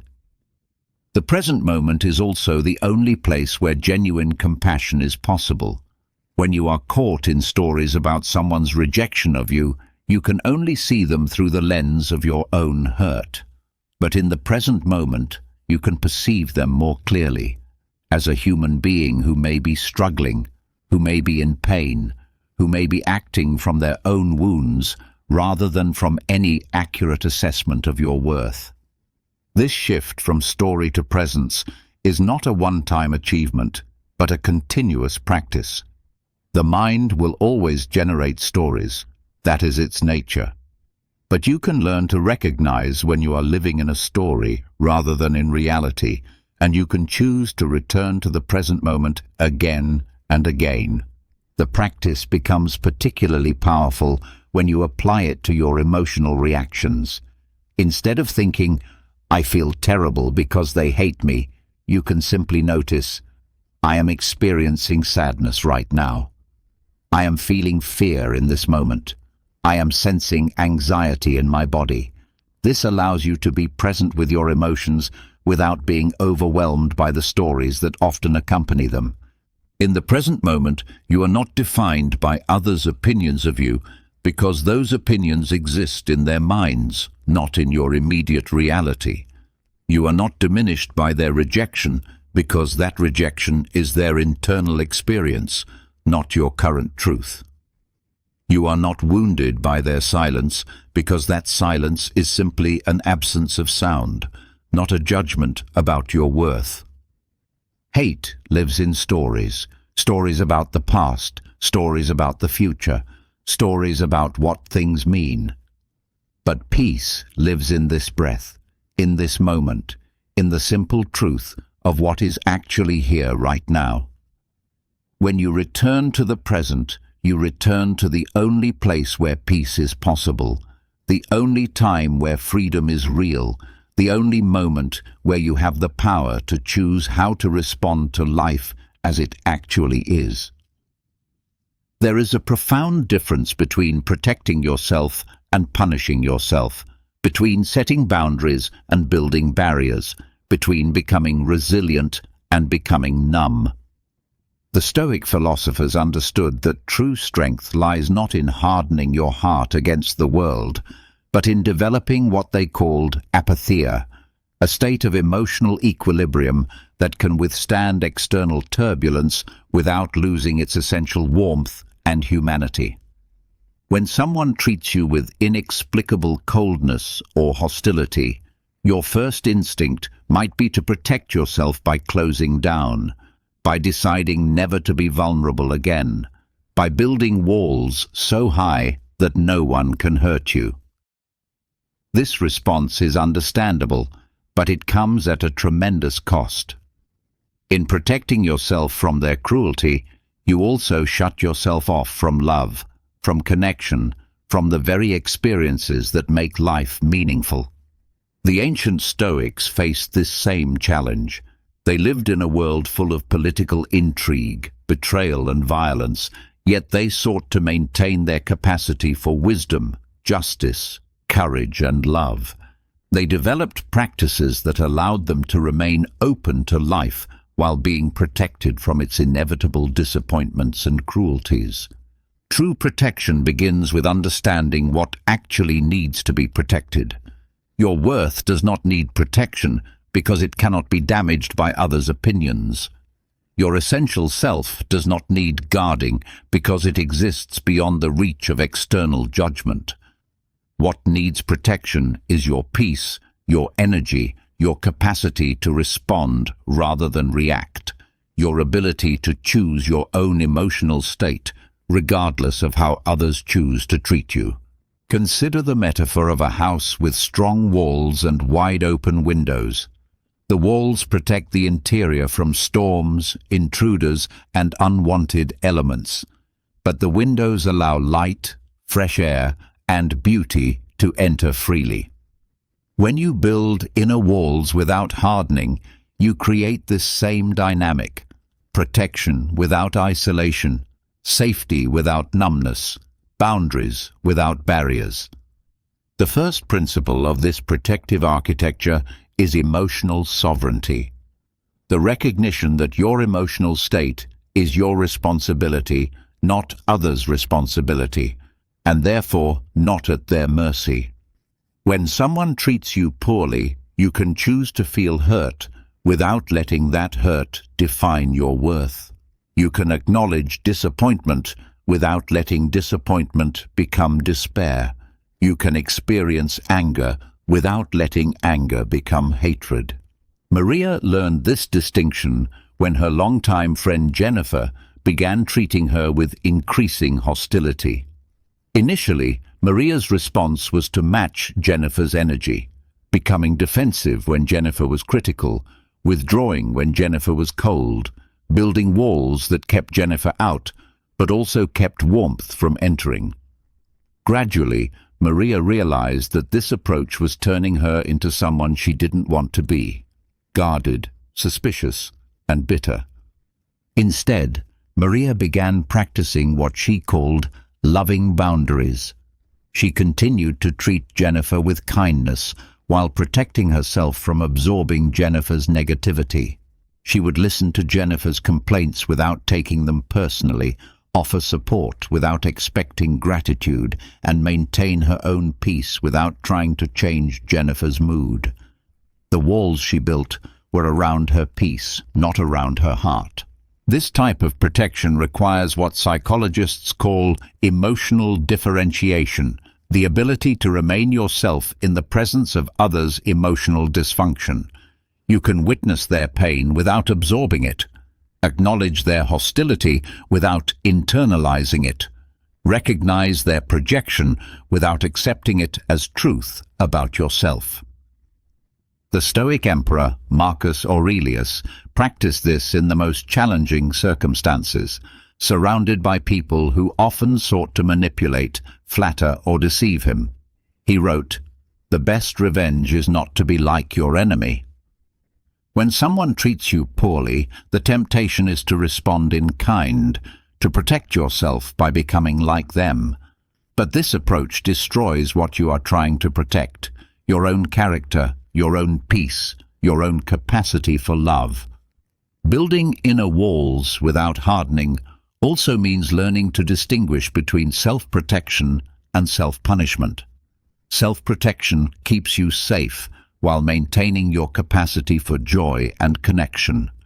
Self-punishment closes you off from life itself, making you safe from others' cruelty, but also safe from their love, their warmth, their potential for goodness.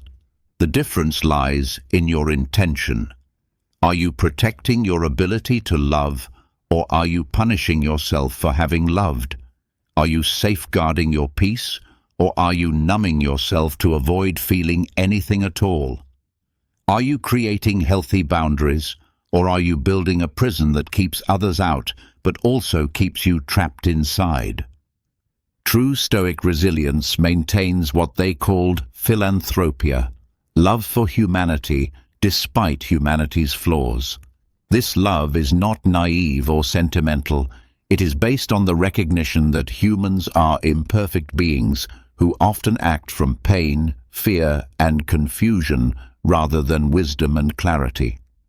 When you understand this, you can protect yourself from their unconscious cruelty without closing your heart to their potential for goodness. The practice involves what Epictetus called the discipline of desire, wanting only what is within your control and accepting what is not. You cannot control others' behavior toward you, but you can control your response to their behavior. You cannot force them to treat you well, but you can choose to treat yourself well, regardless of how they treat you. This creates a form of protection that is both strong and flexible, like bamboo that bends in the storm without breaking. You become resilient, not by becoming rigid, but by becoming responsive. You protect yourself not by shutting down, but by staying grounded in your own center while others storm around you. The inner walls you build should be permeable to love, but impermeable to abuse, open to authentic connection, but closed to manipulation, receptive to genuine feedback, but resistant to projection. These walls are not built from anger or bitterness, but from self-respect and wisdom, not from fear of others, but from love for yourself. Sometimes building these walls means having difficult conversations, setting clear boundaries about what behavior you will and will not accept. Sometimes it means simply choosing not to absorb others' emotional chaos, like an umbrella that keeps you dry without stopping the rain. Sometimes it means loving someone from a distance, maintaining your care for them while protecting yourself from their dysfunction. The goal is not to become invulnerable, that would make you inhuman. The goal is to become what the Stoics called apathetic in the original sense, not without feeling, but without being overwhelmed by feeling, able to experience emotions fully while not being controlled by them, capable of love without being dependent on being loved in return. When you build inner walls without hardening, you create what Marcus Aurelius called the inner citadel, a fortress of peace that exists within you, protected from external storms but open to internal light. Others may rage outside your walls, but inside you remain yourself, loving, wise, free, and unshaken by their inability to appreciate what they are attacking. You can be kind without being naive, strong without being cruel, protected without being closed. This is the architecture of true resilience. Walls that guard your peace, while keeping your heart open to the possibility that even those who hurt you are ultimately fellow travelers struggling to find their way home to love. The most radical act of freedom is to love without requiring love in return, to offer kindness without demanding gratitude, to extend compassion without expecting reciprocation. This is what the Stoics called philanthropia, love for humanity that exists independently of humanity's response to that love. It is love as a practice of virtue rather than a strategy for getting needs met. Love as an expression of your character rather than an investment in a particular outcome. When someone treats you with inexplicable coldness or hostility, your natural impulse may be to withdraw your care, to match their energy, to protect yourself by becoming like them. But this approach makes your capacity to love dependent on their capacity to receive it, your ability to be kind contingent on their willingness to appreciate kindness. It transforms love from a practice into a transaction, from a virtue into a vulnerability. The ancient Stoics understood that making your virtue dependent on others' responses was a form of slavery. It meant that your ability to be the person you want to be was controlled by people who might be incapable of recognizing goodness when they encountered it. Marcus Aurelius wrote, "The best way to avenge yourself is to not be like your enemy."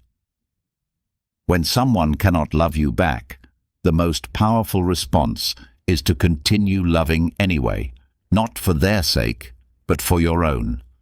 This does not mean becoming a doormat or accepting abuse in the name of unconditional love. It means maintaining your essential nature regardless of how others choose to respond to it. It means continuing to act from your highest values even when others act from their lowest impulses. It means refusing to let their inability to love determine your ability to love. Consider the story of David, whose brother Mark had gradually become hostile and distant over several years. Mark would make cutting remarks during family gatherings, ignore David's attempts at conversation, and generally treat him with barely concealed contempt.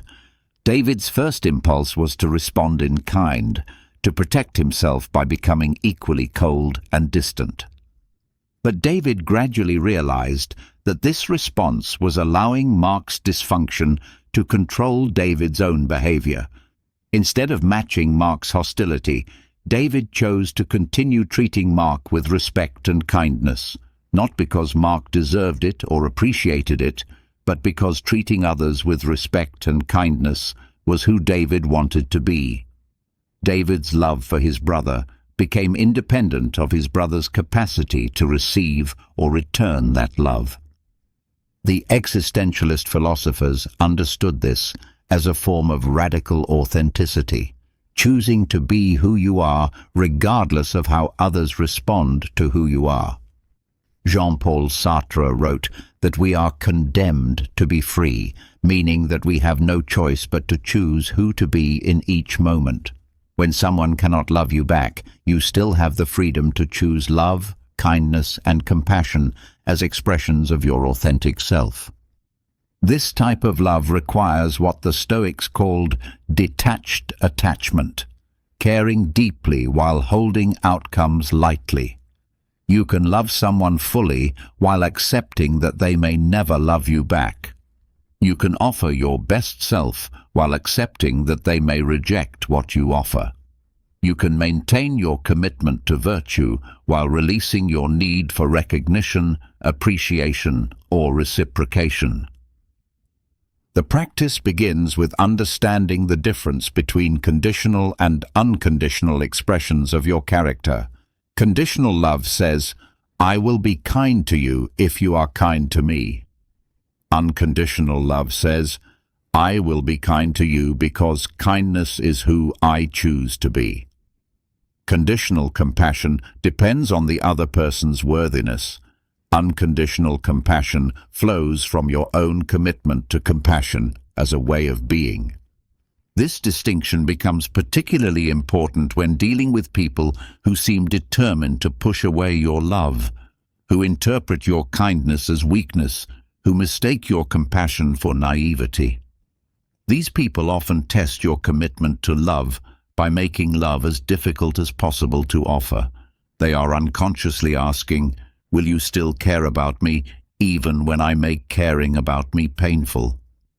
Sometimes the most loving thing you can do for someone who cannot love you back is to continue loving them from a distance.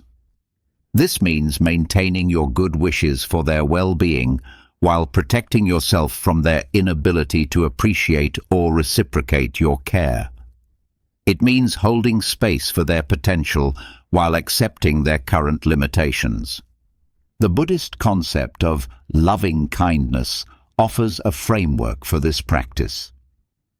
Loving kindness begins with the recognition that all beings want to be happy and free from suffering, even those who seem to create suffering for themselves and others.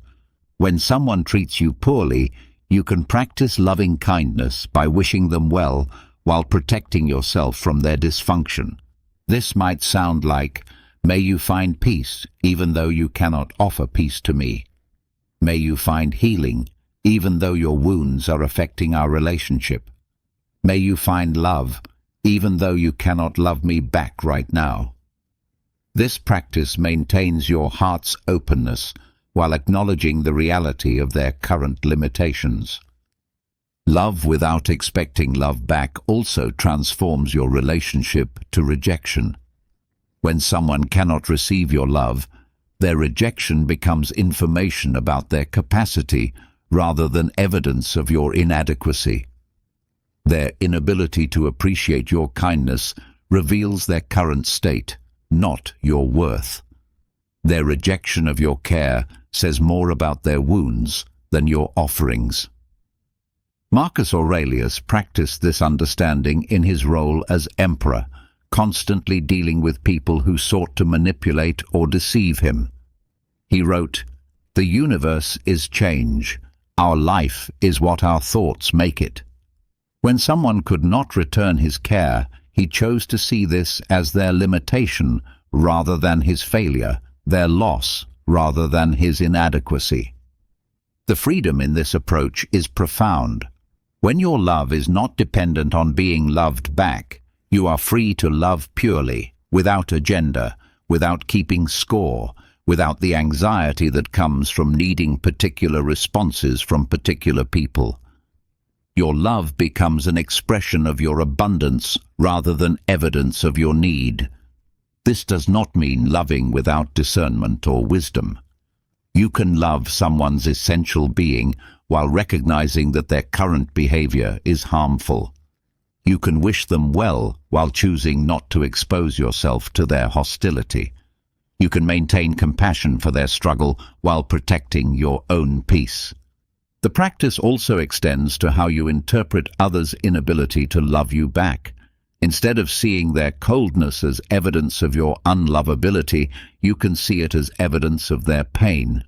Instead of taking their rejection personally, you can recognize it as their defense against vulnerability.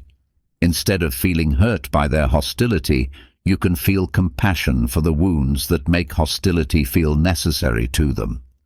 When you love without expecting love back, you discover that love is not diminished by being unreciprocated, it is purified. Your capacity to care becomes stronger, not weaker, when it no longer depends on external validation. Your heart becomes more resilient, not more vulnerable, when it learns to give without keeping accounts. This is the ultimate freedom, to be loving because love is your nature, not because love is rewarded. To be kind because kindness reflects your character, not because kindness guarantees kind treatment in return. To be compassionate because compassion is who you choose to be, regardless of whether that choice is understood, appreciated, or reciprocated. They may not love you back, but that does not diminish your capacity to love. Their inability to receive your care does not reduce the value of offering it. Their rejection of your kindness does not make kindness any less beautiful or necessary in the world. Love without expecting love back, and discover that love, when freed from the need for reciprocation, becomes not a vulnerability but a superpower, the ability to remain yourself, no matter how others choose to be. True indifference is not coldness, it is clarity. It is not the absence of caring, but the presence of wisdom that knows what deserves your care and what does not. When the Stoics spoke of indifference, they did not mean becoming emotionally numb or disconnected from life. They meant developing the ability to remain unshaken by things that cannot truly harm you while remaining fully engaged with what actually matters. Others' opinions of you cannot change your essential worth. Their hostility cannot diminish your character. Their rejection cannot reduce your value. Their inability to appreciate your presence cannot make you less worthy of appreciation. Understanding this truth deeply, not just intellectually, but in your bones, is the foundation of genuine indifference and genuine power. The word indifference has been corrupted in common usage to mean apathy or emotional numbness, but the original Stoic concept of adiaphora, things that are indifferent, referred to external circumstances that, while they might be preferred or dispreferred, could not actually harm your essential well-being. Others' treatment of you falls into this category.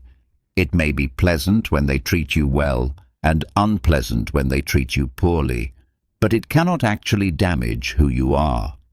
This understanding creates what might be called psychological unhooking, the ability to observe others' behavior toward you without being controlled by it, to witness their emotional states without absorbing them, to encounter their projections without internalizing them. You become like a mountain that remains unchanged, whether storms rage around it or sunshine warms it. The weather is noticed, but does not alter the mountain's essential nature. Consider Elena, who discovered that several colleagues had been spreading negative rumors about her work. Initially, she felt devastated, angry, and desperate to defend herself. She spent weeks crafting responses, gathering evidence, and trying to change their minds. But gradually, she realized that their opinions had no power over her actual competence, her actual worth, or her actual future, unless she gave them that power. Eleanor began practicing what she called strategic indifference. She continued to do excellent work, not to prove them wrong, but because excellent work was her standard. She treated her colleagues professionally, not to win them over, but because professionalism reflected her character. She stopped monitoring their opinions of her because their opinions were irrelevant to her actual performance and progress. This shift from reactive engagement to strategic indifference gave Eleanor back her power. She was no longer dancing to the rhythm of their judgments, no longer adjusting her behavior based on their moods, no longer making their approval the measure of her success. She had reclaimed her agency by recognizing that their opinions belonged to them, not to her. The power of indifference lies in its ability to neutralize others' attempts to control you through their reactions. When someone treats you poorly in hopes of getting a particular response, your indifference to their treatment removes their ability to manipulate your behavior. When someone withdraws their approval to punish you, your indifference to their approval removes the sting from their punishment. This is not the same as not caring about anyone or anything. True Stoic indifference is highly selective. It applies specifically to things that are genuinely outside your control and cannot actually harm your essential well-being. You remain deeply engaged with your own growth, your own choices, your own character development. You simply stop being controlled by others' responses to those choices. Marcus Aurelius wrote, "You have power over your mind, not outside events." Realize this, and you will find strength. The strength he speaks of comes from recognizing that others' behavior toward you is an outside event, something happening in their consciousness, not a determining factor in your inner experience unless you choose to make it so. Indifference also creates space for authentic compassion. When you are not hooked by others' treatment of you, you can see their behavior more clearly. Their hostility becomes information about their internal state rather than evidence of your inadequacy. Their coldness reveals their capacity for warmth rather than your worthiness of warmth. Their rejection illuminates their ability to connect rather than your lovability. This clarity allows you to respond rather than react. Instead of defending yourself against their projections, you can simply decline to accept delivery of emotions that don't belong to you. Instead of trying to change their minds about you, you can focus on being the person you want to be, regardless of their perceptions. Instead of being diminished by their inability to appreciate you, you can remain grounded in your own recognition of your worth. The practice of indifference requires distinguishing between what is truly yours and what belongs to others. Their anger is theirs, not yours to carry. Their disappointment is theirs, not yours to fix. Their inability to understand you is theirs, not yours to remedy through endless explanation. Your responsibility is to be authentic, kind, and true to your values. Their responsibility is to respond to that authenticity in whatever way they choose. This understanding creates what psychologists call emotional boundaries, the ability to remain yourself in the presence of others' dysfunction. You can witness their struggle without absorbing it, acknowledge their pain without making it yours, recognize their hostility without internalizing it as truth about yourself. Sometimes people interpret indifference as coldness or lack of caring, but true indifference often allows for more genuine warmth because it is not contaminated by neediness, not distorted by the desire for particular responses, not compromised by the fear of rejection. When you are not desperate for their approval, you can offer authentic care. When you are not afraid of their disapproval, you can be genuinely yourself. The power of indifference also extends to positive treatment from others. Just as their criticism cannot diminish you, their praise cannot inflate you. Just as their rejection cannot reduce your worth, their acceptance cannot increase it. Your value exists independently of their recognition of it. your worthiness independent of their acknowledgement of it. This creates a profound stability. You are no longer riding the emotional roller coaster of others' moods, no longer dependent on their approval for your sense of well-being, no longer threatened by their disapproval. You become what the Stoics called autarkic, self-sufficient in your ability to maintain inner peace regardless of external circumstances. Indifference is not a wall built to keep others out. It is a foundation built to keep you steady. It is not a rejection of human connection, but a requirement for healthy connection. When you are not desperately seeking others' approval, you can form relationships based on genuine compatibility rather than mutual neediness. When you are not afraid of others' rejection, you can be authentic rather than performative. The ultimate power of indifference is that it returns you to yourself. You stop being a victim of others' emotions and become the author of your own inner experience.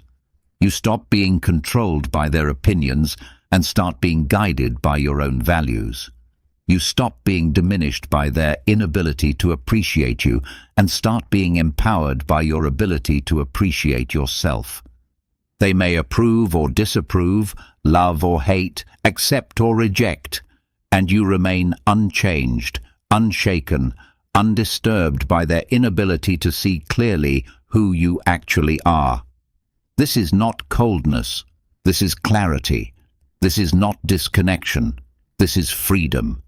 In the deepest part of your being lies something that cannot be touched by others' opinions, cannot be diminished by their rejection, cannot be disturbed by their hostility. The Stoics called this your hegemonikon, your ruling faculty, your essential self, your unmoved center.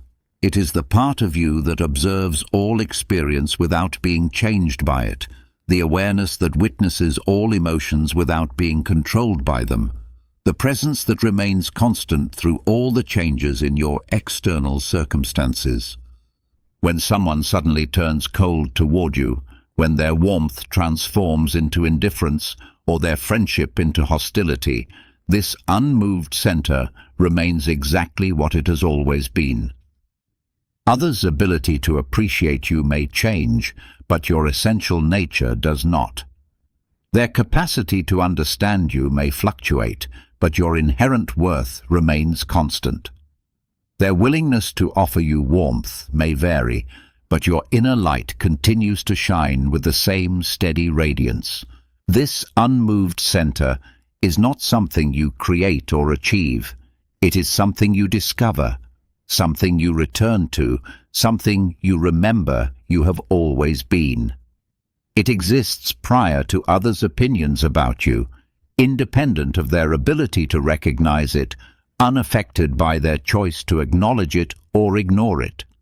Finding this center is not about building new strength, but about recognizing the strength you have always possessed. Marcus Aurelius, who governed an empire while facing constant political intrigue, betrayal and criticism, practiced returning to this center daily. He wrote, "Retreat into yourself." The rational principle which rules has this nature, that it is content with itself when it does that which is just, and so secures tranquility.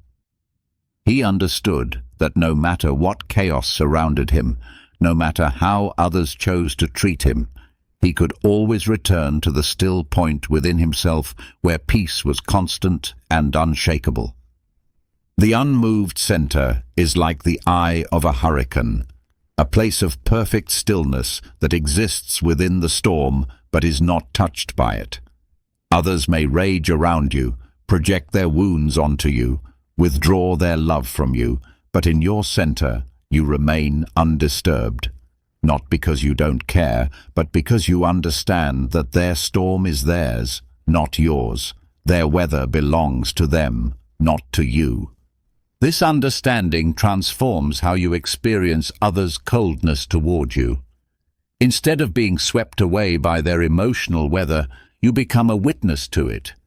Instead of absorbing their hostility as truth about yourself, you observe it as information about their internal state. Instead of being diminished by their inability to appreciate you, you remain grounded in your own intrinsic worth. Sarah discovered this center during a period when several longtime friends began treating her with inexplicable coldness. Initially, she felt devastated, questioning everything about herself, trying desperately to understand what she had done wrong. But gradually, through meditation and philosophical study, she found a place within herself that remained untouched by their rejection, a quiet space where she knew her own worth independent of their recognition of it. From this center, Sarah could see her friends' behavior more clearly. She recognized their coldness as evidence of their own struggles rather than evidence of her inadequacy. She understood their rejection as information about their capacity for connection rather than proof of her unlovability. This shift in perspective didn't eliminate her sadness about the loss of these friendships, but it prevented that sadness from defining her sense of self. The unmoved center is not emotionally numb or disconnected from feeling. It feels everything but is identified with nothing. It experiences sadness when relationships end but is not destroyed by that sadness. It notices disappointment when others fail to understand, but is not defined by that disappointment. It acknowledges hurt when others are cruel, but is not diminished by that hurt. This center knows something that the reactive mind often forgets. You are not your experiences. You are not your emotions. You are not others' opinions of you. You are the awareness that can observe all of these phenomena with clarity and compassion. You are the consciousness that remains constant while everything else changes. You are the still point that exists beyond the reach of others' ability to disturb. Finding this center requires practice, especially when others' treatment of you triggers your deepest insecurities. The mind naturally wants to engage with their hostility, to defend against their projections, to fix their misunderstandings. But each time you choose to return to your center instead of engaging with their chaos, you strengthen your ability to remain unmoved by external turbulence. The Stoic emperor Marcus Aurelius faced this challenge constantly. People sought to flatter him, manipulate him, deceive him, and use him for their own purposes. He wrote, "The best way to avenge yourself is to not be like your enemy." Instead of being changed by others' dysfunction, he chose to remain centered in his own values, his own wisdom, his own commitment to virtue. This practice becomes particularly powerful when applied to people whose opinion once mattered deeply to you.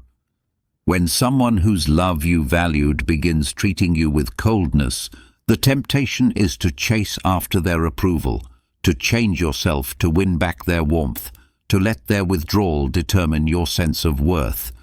But from your unmoved center, you can recognize that their inability to appreciate you reveals their current limitations, not your actual value. The unmoved center also transforms how you respond to others' projections. Instead of absorbing their anger as evidence that you are bad, you can observe their anger as information about their internal state. Instead of internalizing their criticism as truth about your character, you can recognize their criticism as their attempt to manage their own discomfort. Instead of being diminished by their rejection, you can remain grounded in your own wholeness. This is not spiritual bypassing or emotional suppression. You can feel hurt when others are cruel while remaining centered in your essential worth. You can experience disappointment when relationships fail while staying grounded in your intrinsic value. You can acknowledge sadness when others withdraw their love while remaining connected to your own capacity to love. The existentialist philosophers understood this as radical authenticity, choosing to be who you are regardless of how others respond to who you are. When you are anchored in your unmoved center, you can be authentic without being controlled by others' reactions to your authenticity. You can be vulnerable without being destroyed by others' inability to honor that vulnerability. You can be open without being diminished by others' choice to close themselves off from you. From this center, you develop what the Stoics called sympathia, a recognition of your connection to all of humanity while maintaining your individual sovereignty. You can care about others' well-being without being responsible for their choices. You can feel compassion for their struggles without absorbing their dysfunction. You can love them without being controlled by their ability or inability to love you back. The unmoved center is not a place you go to escape life. It is the place from which you engage life most fully. It is not a retreat from relationship, but the foundation that makes healthy relationship possible. When you are not desperate for others' approval, you can form connections based on genuine compatibility. When you are not afraid of others' rejection, you can be authentic rather than performative. In the end, the unmoved center reveals a profound truth. You are already whole, already complete, already worthy of love. Not because others recognize these things about you, but because these things are your fundamental nature. Others may see clearly, or they may be blinded by their own pain. They may appreciate your presence, or they may take it for granted. They may treat you with kindness, or they may treat you with cruelty. But in your center, you remain, unshaken by their inability to see you clearly, unseen by their shadows, alive in your own quiet light. This is not coldness masquerading as wisdom. This is wisdom expressing itself as unshakable peace, immovable compassion, and the quiet strength that comes from knowing who you are, regardless of who others think you are. They may hate, they may turn, they may fall silent, but you remain centered, sovereign, free, and touched by a peace that exists beyond the reach of their storms, illuminated by a light that shines independently of their ability to see it, grounded in a love that flows from your own depths rather than depending on their capacity to return it. They may hate, they may turn, they may fall silent, but you remain unshaken, unseen by their shadows, alive in your own quiet light. Through returning to the present, building inner walls without hardening, loving without expectation, practicing true indifference, and finding your unmoved center, you have constructed what the Stoics called the inner citadel, a fortress of peace that stands untouchable by others' emotional weather. You are no longer at the mercy of their moods, no longer defined by their opinions, no longer diminished by their inability to appreciate what stands before them. You have remembered who you are beneath all their projections, beyond all their expectations, independent of all their capacity or incapacity to love. This is the quiet fortress, not built from hardness, but from wisdom, not from coldness, but from clarity, not from indifference, but from the recognition of what truly matters and what does not. Here, in this space of unshakable peace, you are finally free to be yourself, regardless of how others choose to be.